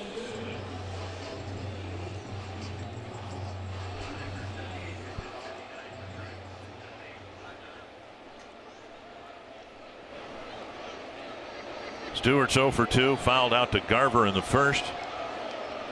And hit a ground ball to Sano, or reached on a fielder's choice, I should say. He did hit a ground ball to Sano, who flipped the scope to force Cabrera in the 4th. 1 strike to Stewart.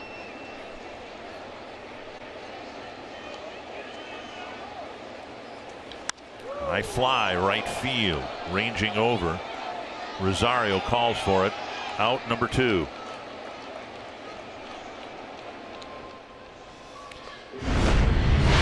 Duffey in a setup role has been outstanding since the end of July. No earned runs. It's astounding, and he's also changed his approach, both mechanics and approach. He kicked the sinker to the curve and said, I'm going to spin that fastball up there, throw it 95, 96. And what a difference that has made. You know, I have to give credit where credit's due. I love when there is great coaching that shows up so immediately. Wes Johnson and Jeremy Hefner have done a phenomenal job with his pitching staff. And the 2 poster boys for that, Tyler Duffey and Trevor May. They have worked with their mechanics, and they've also worked on strategy.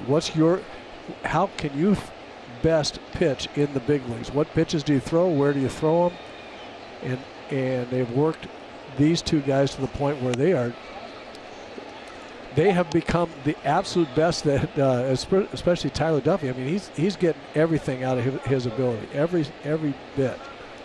And it's just great to see really good coaching work like that. 1-2.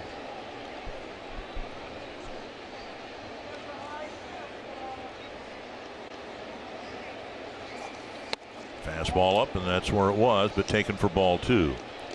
You know, we see that in the offensive side with James Rowson and Rudy Hernandez. They've done remarkably good things with the hitters, and I think that the pitching staff, coaching staff has been the equal in terms of what they've done with these pitchers, particularly the bullpen. And, you saw the strikeouts versus the walks since the end of July. Now he's run the count full to Lugo. Throw it for a strike, this curveball. And it's lifted foul out of play. White Sox have added a couple more runs in the 1st inning. It's 3-0 early Chicago.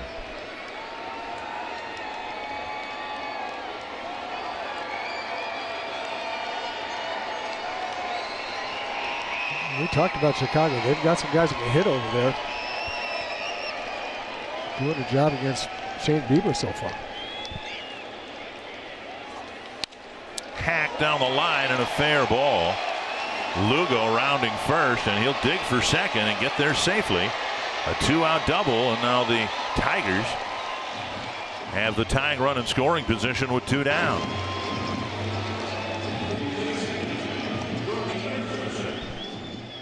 That'll bring up Jordy Mercer.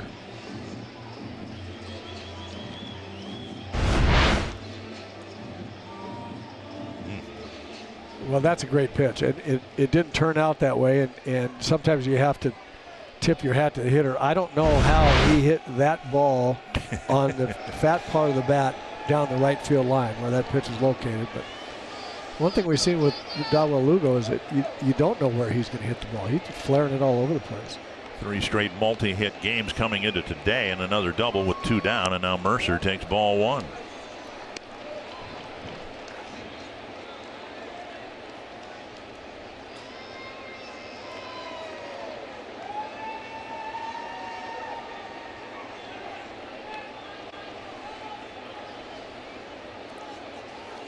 Save by Garver.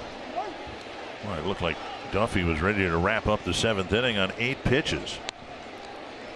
It happens sometimes when a pitcher has a streak like Duffy's had, and almost unhittable, if not literally unhittable. And then somebody does something like Lugo just did, and it kind of bursts the bubble for a second, and it takes a pitcher a little bit to get back and trust his stuff again. It's like, wait a minute, you're not supposed to hit me. Slow breaking ball snaps over.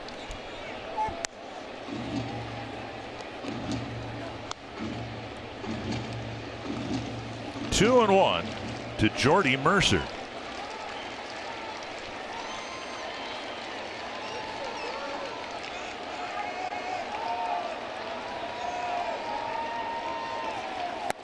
Three and 1. Grayson Greiner on deck. Back-to-back 3-ball counts from a guy who's hardly walked anybody in nearly 2 months.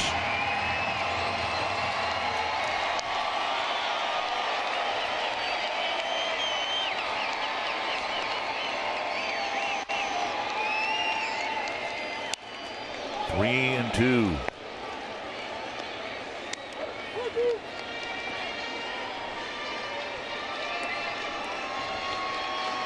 Good fastball up in the zone right there to Mercer. 3 and 1 fastball count, and the fastball beat him. So we'll see what Duffy and Garver are thinking right now for the pitch they want to get him out with.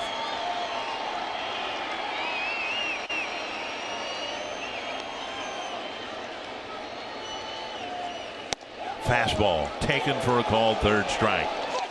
Duffy pumps his fist into his glove. It's a scoreless 7th and a 2-1 Twins lead.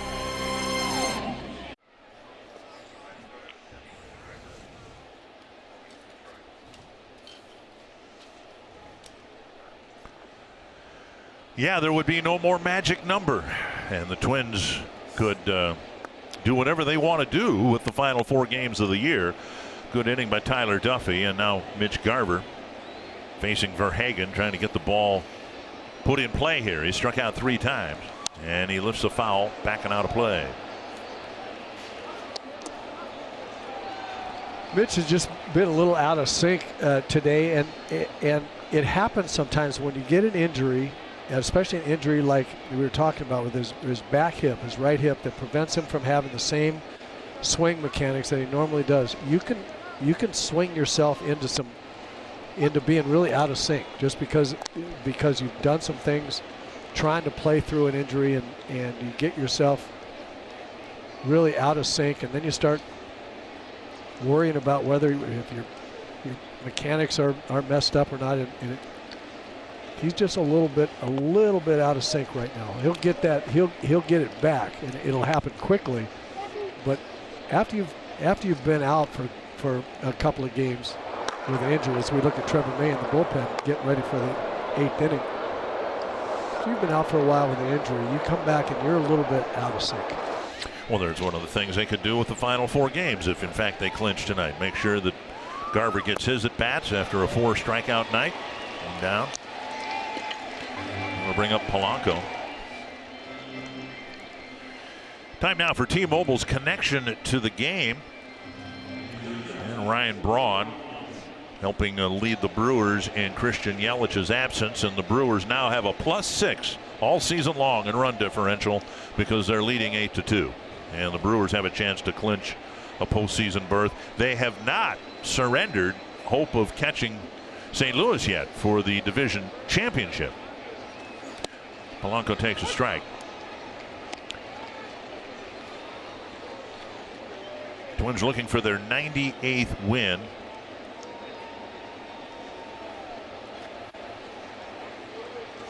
There's a drive right center field, hit deep toward the gap, and that ball is down and off the wall.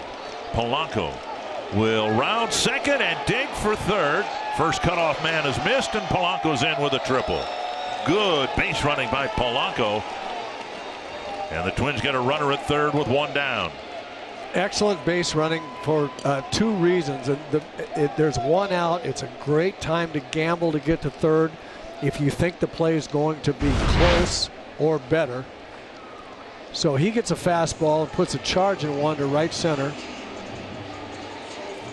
And as he gets towards second base, right here, he sees where the relay situation is and says, that's going to be close enough for me to take the gamble. He gets in there to third base with less than 2 out. Good base running. Right-hander Schreiber will come in with Verhagen leaving with 1 out in the 8th. As a bat in the top of the 8th, this copyrighted telecast is presented by authority of the Minnesota Twins and may not be reproduced or transmitted in any form. And the accounts and descriptions of this game may not be disseminated without the express written consent of Minnesota Twins, LLC. Now, I've been told that that was a look at Jupiter in 3 moons. I thought that was the ball that Nelson Cruz hit the other day in Target Field. That's when I first saw it. That's why I'll just underhand him to you. You knock him out of the park. Here's Cruz with the infield in now. John Schreiber pitching, and the Twins with a very important runner at third base and 1 down. Fouled back Cruz with a hefty rip.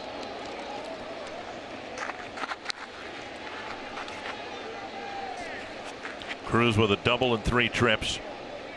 A leadoff double in the 4th. But the Twins were unable to score. And Schreiber really got away with 1 there. He threw a little spinner up high in the zone. Nelson just missed it.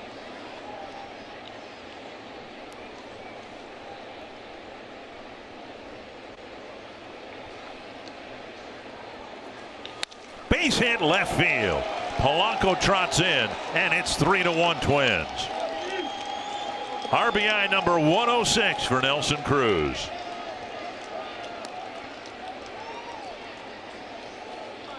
Wow, another big run batted in by Nelson Cruz. You just have to make pitches. You can't throw the ball here. You just cannot throw the ball there to Nelson Cruz or many of the guys on the Twins lineup. They throw a little breaking ball that settles in the middle of the plate, and he's going to hit it hard somewhere. And now Rosario. Down the left field line. And over the netting. The characteristic of the Twins lineup is exciting. I know for Twins fans, it's exciting for me because big numbers can happen so quickly. With every up and down the lineup, everybody is 1 pitch away from hitting the ball in the seats. Everyone's 1 pitch away from hitting a double somewhere. Outside. This lineup just keeps coming at you and coming at you and coming at you. Throw the ball in the middle of the plate so we can hit it hard somewhere and far somewhere.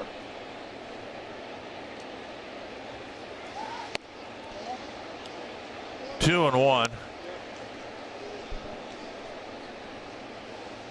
Schreiber with the ability to strike people out, as the 15 strikeouts in 11 2/3 innings would suggest.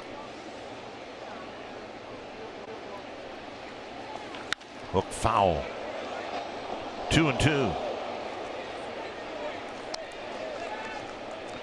Well, I got to believe that Schreiber is primarily a breaking ball pitcher. He started Nelson Cruz with 2 breaking balls, neither one of them in good spots. And I got to believe those strikeouts are when he has that slider working an awful lot better than it has so far. And protecting the plate, Rosario got a piece. Still 2-2.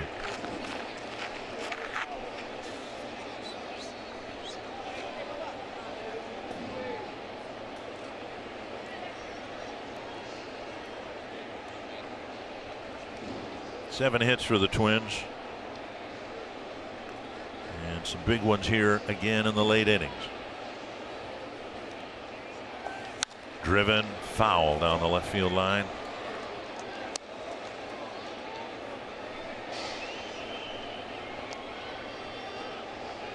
We talked about it in the open of the show and in the pregame show a bit as well. Eddie, decidedly different approach right now. He's waiting a long time. There was a great example. 2 strikes, just let the ball travel deep. A drive to right field. It is back and gone. Eddie Rosario with a 2-run home run. And it's 5-1 Twins. Man, I think that's an important home run for Eddie Rosario just because of the approach he was taking with 2 strikes. Waiting, slapping the fastball to the left so as not to be out in front of the breaking ball. Then he gets the breaking ball, and since he's waiting a long time on fastballs, the breaking ball, look at it, settles right in there where his timing is perfect on it. Cub home run counter setting the number up at 299. That's one of my favorite Eddie Rosario home runs right there, just because of the 2-strike count, the fact that he was waiting a long time so as not to get fooled by the breaking balls, just slapping the fastball the other way, and then he gets that breaking ball that, as I said, was settled right in there, and he was right on time with it. He wasn't too early because of the way he was approaching that 2-strike count. That was really good. 1 strike to Sano, 1 out in the inning. And a big pop-up. It'll reach the seats. 2 strikes. How many times, Roy, have we seen it this year from this Twins team? More so on the road than at home, but getting big hits late. Making big plays late. Yeah. Well, they just believe they're going to win, and they believe that they're going to hit. And if it doesn't happen in the first 5 or 6 innings, it doesn't matter because it's going to happen. That's just in their minds. It's going to happen. Sano strikes out 2 down, and that'll bring up Arraez. Going to have a pitching change for Detroit. And Arraez will hit, having already gotten one of the biggest home runs of the year. Soto will come in lefty against lefty, with the Twins adding 3 more in the 8th.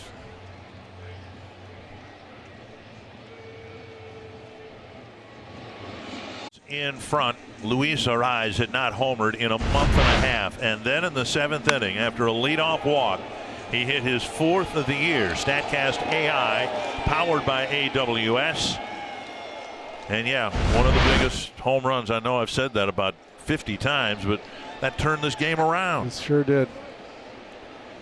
And Arraez now will hit with the bases empty and 2 down. And Soto, a hard-throwing lefty, will face him here with 2 gone in the 8th.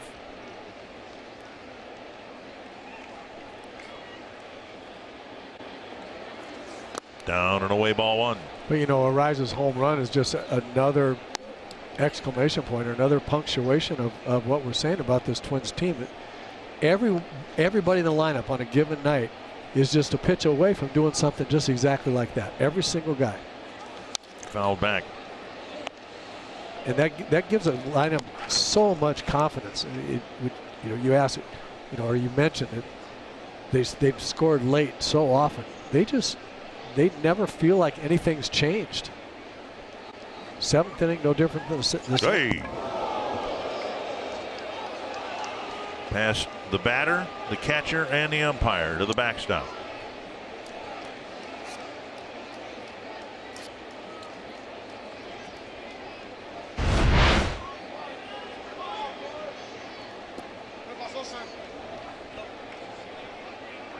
I'm sure unintentional, judging by where the catcher's target was and the reaction by the pitcher. I just got away from it. Well, you can also look at his numbers. 56 in the third innings. He's walked 31 men. Right. 3-1 to Arise. Cron on deck. And Arise takes a 2-out walk.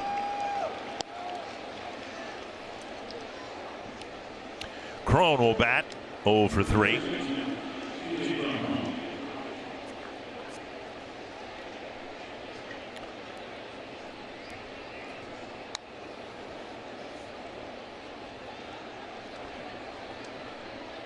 The same thing can be said about C.J. Cron as I said about Mitch Garver. After you've had an injury, in this case, your right hand, your top hand, it takes a while to recover from something like that. And get your normal stroke back.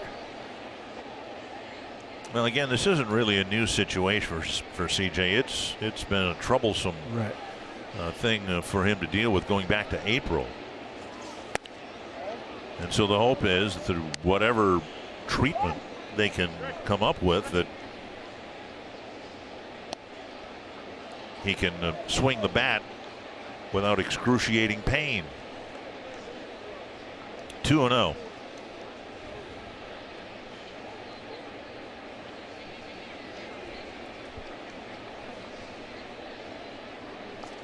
Foul back. And you know, it's it's a situation where Cron probably needs the at bats, but all the at bats are going to do is inflame the injured thumb. And so that was a pitch that we've seen CJ mash before, but he's just a little bit off and he fouled it back instead.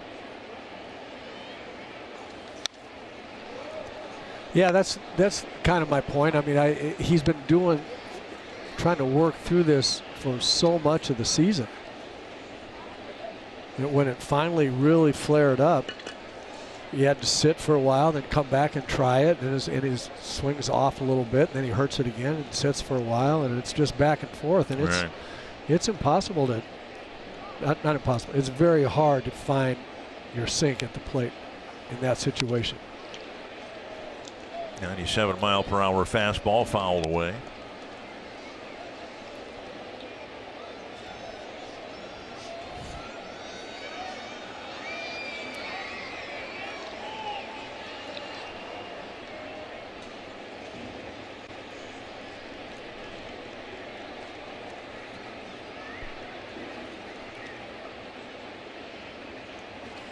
Punch to right field, a base hit. Arise will round second and hold up there. Now, good at bat. Cron battling with 2 strikes, and he ends up flaring one into right field. Yeah, that's a very good at bat. That's a nice reward for the way he was trying to approach that at bat. And now Lamont Wade Jr. entered the game in the 5th, drew a walk. Ryan Lamar started, and he only got 1 at bat, but we should mention this is Ryan Lamar's season this week, because he cannot be added to a playoff roster because he was acquired after September 1st. Inside ball 1. And he can go home knowing that he made a terrific catch in the ball game. Yeah. And hit a home run, a big home run at home. He has contributed.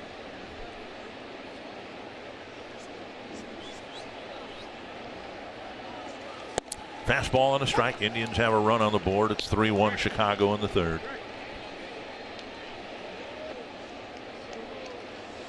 There are no such restrictions on Lamont Wade. Whether he can make the playoff roster or not, he was in the organization before September 1st, obviously. And a breaking ball over the inside edge.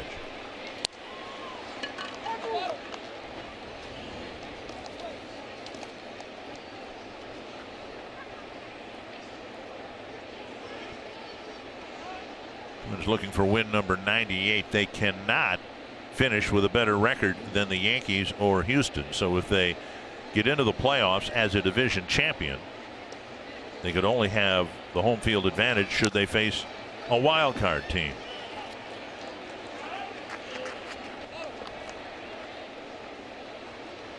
One and two.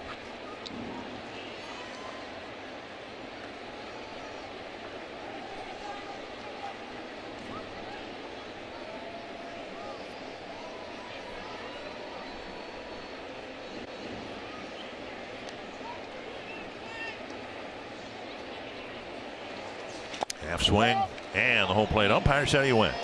So that ends the inning. The Twins backed up a 2-run seventh with a 3-run eighth. Another 2-run home run highlighting the inning.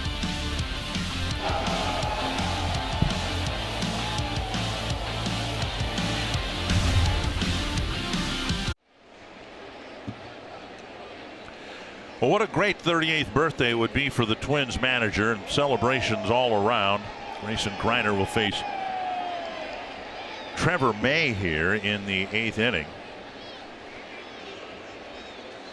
And Twins fans might be able to celebrate tonight. There's already a big celebration in Flandreau, South Dakota. 70 years of marriage. Congratulations to Harry and LaVon Jepson. They watch every game on TV, I'm told. And today their 70th wedding anniversary. Pop up short right field. Arise wants it. One down. So they can, well, they already have, I'm sure, celebrated the anniversary, and perhaps they can celebrate a little bit later on an American League Central championship for their Minnesota Twins. One down, and now Willie Castro. We'd all be talking, I think, about Trevor May if not for the brilliance of Tyler Duffy out of the bullpen. Right. He's been very, very good. Trevor has been very good. Strike one. When he's throwing the ball like that, and he's got his mechanics right. Jeremy Hefner working so hard with Trevor May. You look at how he's pitched on the road this year. Third best among relievers in Major League Baseball with that ERA on the road. Driven to right. Hit pretty well. And a sliding catch by Rosario. Out of the glove and into the bare hand. 2 down.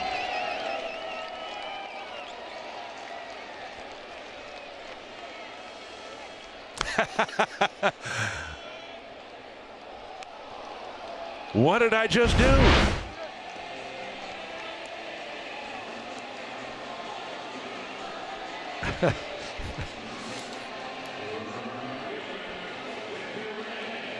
So a nice play by Rosario. 2 down.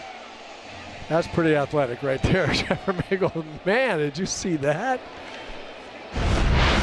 Victor Reyes with the bases empty and 2 down. Up high, ball one.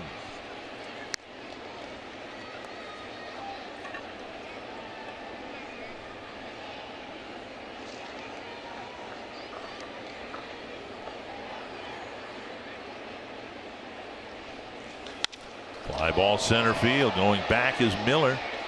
Plenty of room. Trevor May gets the job done again. Highlight reel catch, and the Twins do appear to be closing in on the Central Division title. You can watch along with the postseason push viewing parties. Twins fans will be able to view the games on a big screen at iconic Twin Cities locations. Tomorrow's viewing party will be hosted at Target Field Station. In addition to the game, fans can participate in interactive yard games and take photos with Bomba memorabilia from the 2019 season. Events are free to the public, and fans are encouraged to register at twinsbaseball.com/viewing parties. I think that means Kevin Gorg's going to another party tomorrow. There's a shock. Miller, the batter, and he flips one foul. Another left-hander. Matt Hall.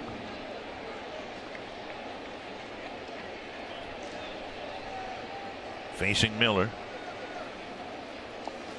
And on the outside corner, 2 strikes. Miller 0 for 4 in his first taste of the big leagues.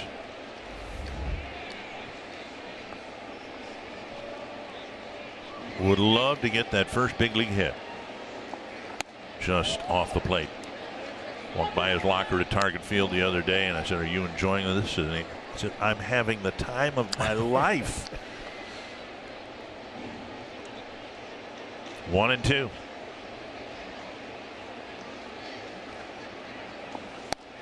Two and two.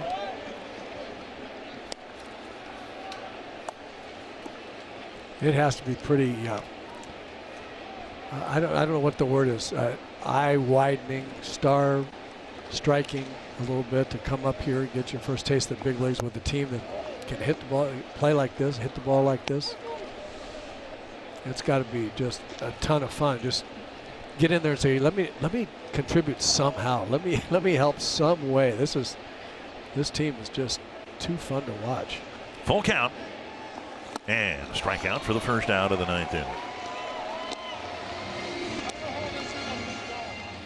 Bring up Mitch Garver. Quick timeout first with Tria.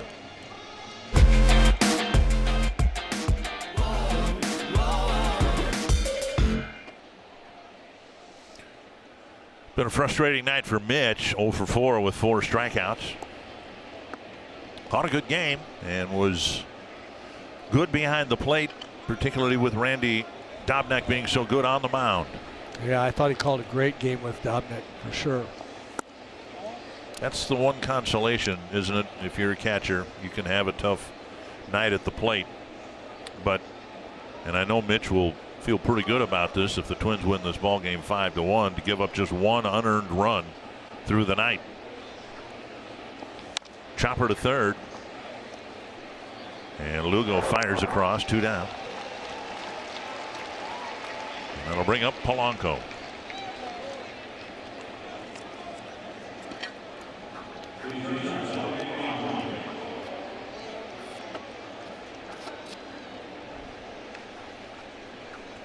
Polanco hits his last 2 times up,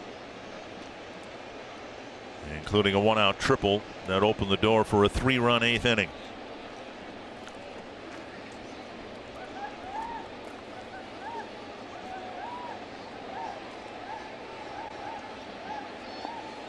Taken low, ball 1.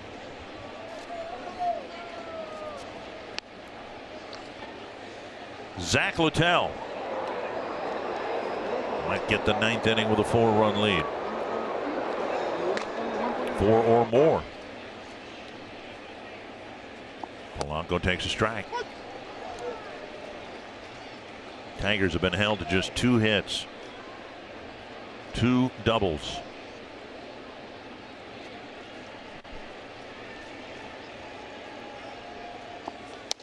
Two and 1.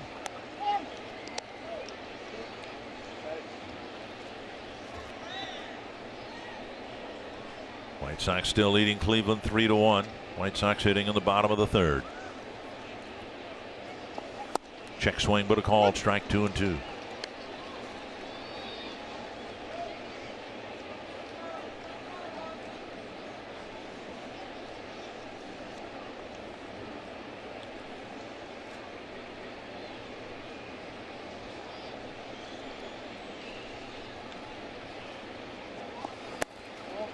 Three and 2. Cruz on deck.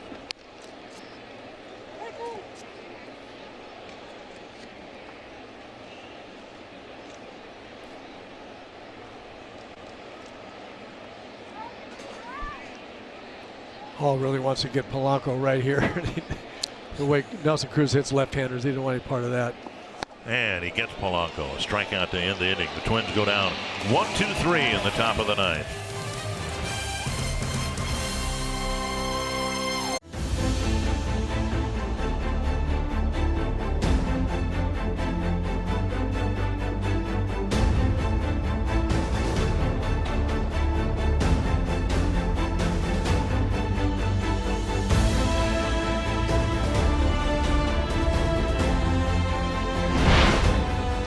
Smiles all around. The Twins are 3 outs away from reducing their magic number to 1 with Chicago leading Cleveland 3-1 in the third inning. Arise with a huge 2-run home run that put the Twins in front. They hope for good tonight.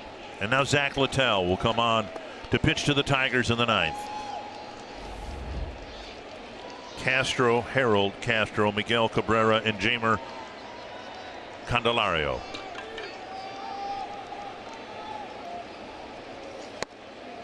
Up and away, ball one. Wow. Pretty good pitch right there.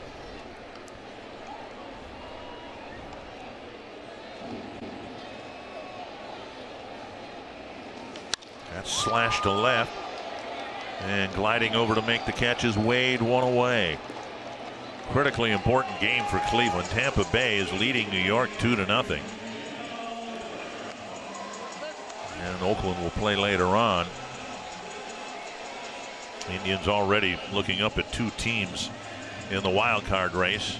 I asked Rocco Baldelli today, I said, what was the most memorable birthday you've had baseball wise? And he said his parents would always try to come to watch him on his birthday as a player, but he did not know whether they were going to be here in Detroit for tonight's game. So they've always surprised him. 1-0 to Cabrera. But this would be a special one indeed in his first year as a major league manager. And at worst, if the Twins win this game, the Twins have clinched a tie for a division championship.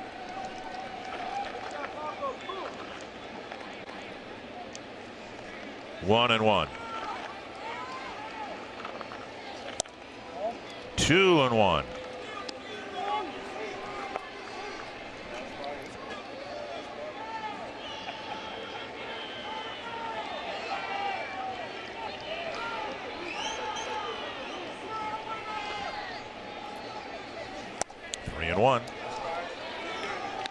Cabrera's reached on 2 errors, and he's also struck out. So officially 0 for 3, even though he scored the only Tiger run tonight.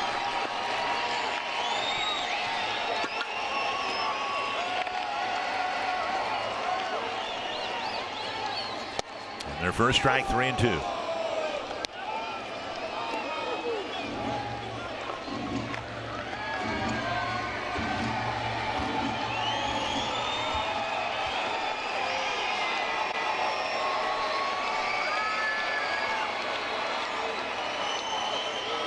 Dribble to the right side, and Arise throws to first, 2 down.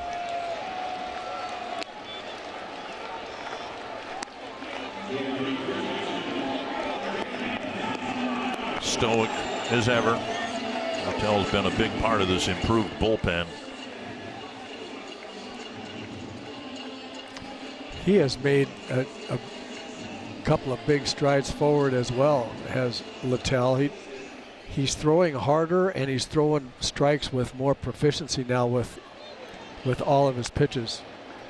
Another great job of coaching from the staff, Mark Littell.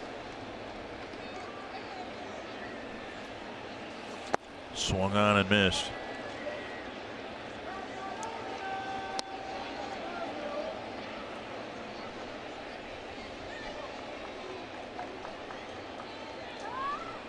Candelario's first inning double, driving in the only Tiger run. Check swing, 1-1.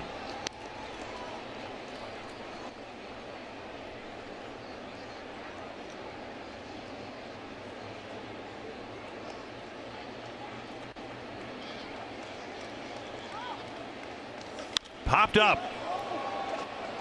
Coming in is Cron. He makes the catch. Win number 98. And with it, a magic number of 1. Clutch ball game. 2 clutch ball games in a row where you're trying to close out. You're having a little trouble early in each of the games, and then you break out with runs late in the game. Bullpen both times closing the door. Kind of the Twins' way here as they just move almost without fail toward the division championship. Twins Live will be next, and we will stay on the air until the end of the Cleveland-Chicago game. And it could be we'll have a clinching celebration to bring you later on tonight after the Twins win yet again in Detroit. And Littell's 1-1 pitch is popped up. This should do it. Infield right side. Littell will be called off by Cron, and the magic number is down to 1. The 1-2 pitch.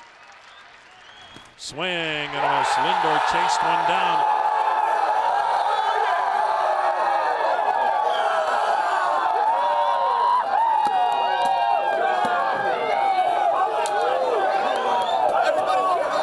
Look around the room, everybody around here. Guys, girls, everybody.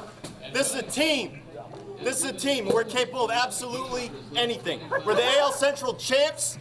Enjoy it.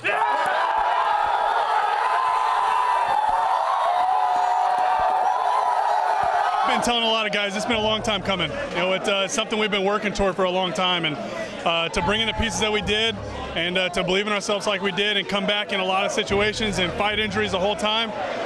There's a lot of guys I'm really, really proud of, and to be able to celebrate this with these guys, not just today, but the next 4 days, this is going to be a lot of fun, and we'll get right back to work on Monday because we got more we want to do. Every time you go, it got something, you know, because it's such a long season, so we have to go through, we have to go through so many adversity. I mean, it's no one guy or 25 guys. It takes the whole organization to bring it in, and the guys who got brought up from the minors, the trade and everything, all the pieces together to have what we got right now. So definitely, congrats to everybody, and Minnesota Twins fans, congrats to you too. We always know that we're capable of runs at any point. You know, instant offense is a big part of this team, but as a pitching staff, when you have that type of run support, it gives you a lot of confidence to go out there and throw the ball because, you know, even if we're losing in games, we're a couple swings away from taking the lead. And that's kind of what we've been doing all year, and now that it's the postseason, we need to continue our hot streak, keep pitching the way we're doing, and it's going to be, a fun time. Obviously, we want some more celebrations. It's incredible. I was a very, very small part of that 17 team, so I got a taste of it, and this means so much more to me.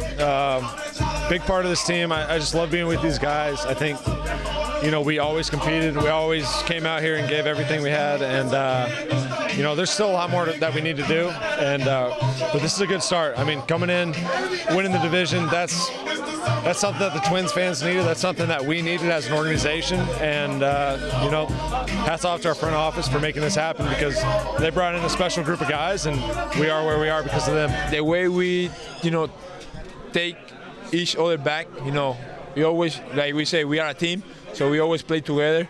No matter who's pitching, no matter who's hitting, no matter who's playing out there, we always trying to take back each other, and that's the way we got a lot of success, and now we're here. It doesn't get old. I've been fortunate to do it twice now, for the wild card game and now, and there's nothing else. It's celebrating with the guys you spend every day with for 6 months. It's something special, and this team is something special, and I'm just glad to be a part of it. It's a beautiful night for everybody here, and when you spend this much time working towards a goal, and you try to do it as best you can every day, and you try to do it the right way, and you watch all the people around you doing it the right way, it feels great. It feels great.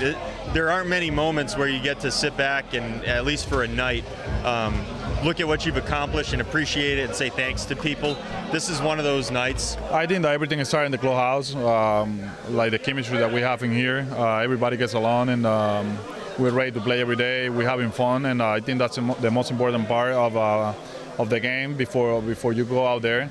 You got to be good here in the clubhouse, and if everything is working here in the clubhouse, I think everything is going to work out there. So, and with the talent that this team has and the energy, I think that was a big part of our success this regular season, and thank God that we're going to the playoff.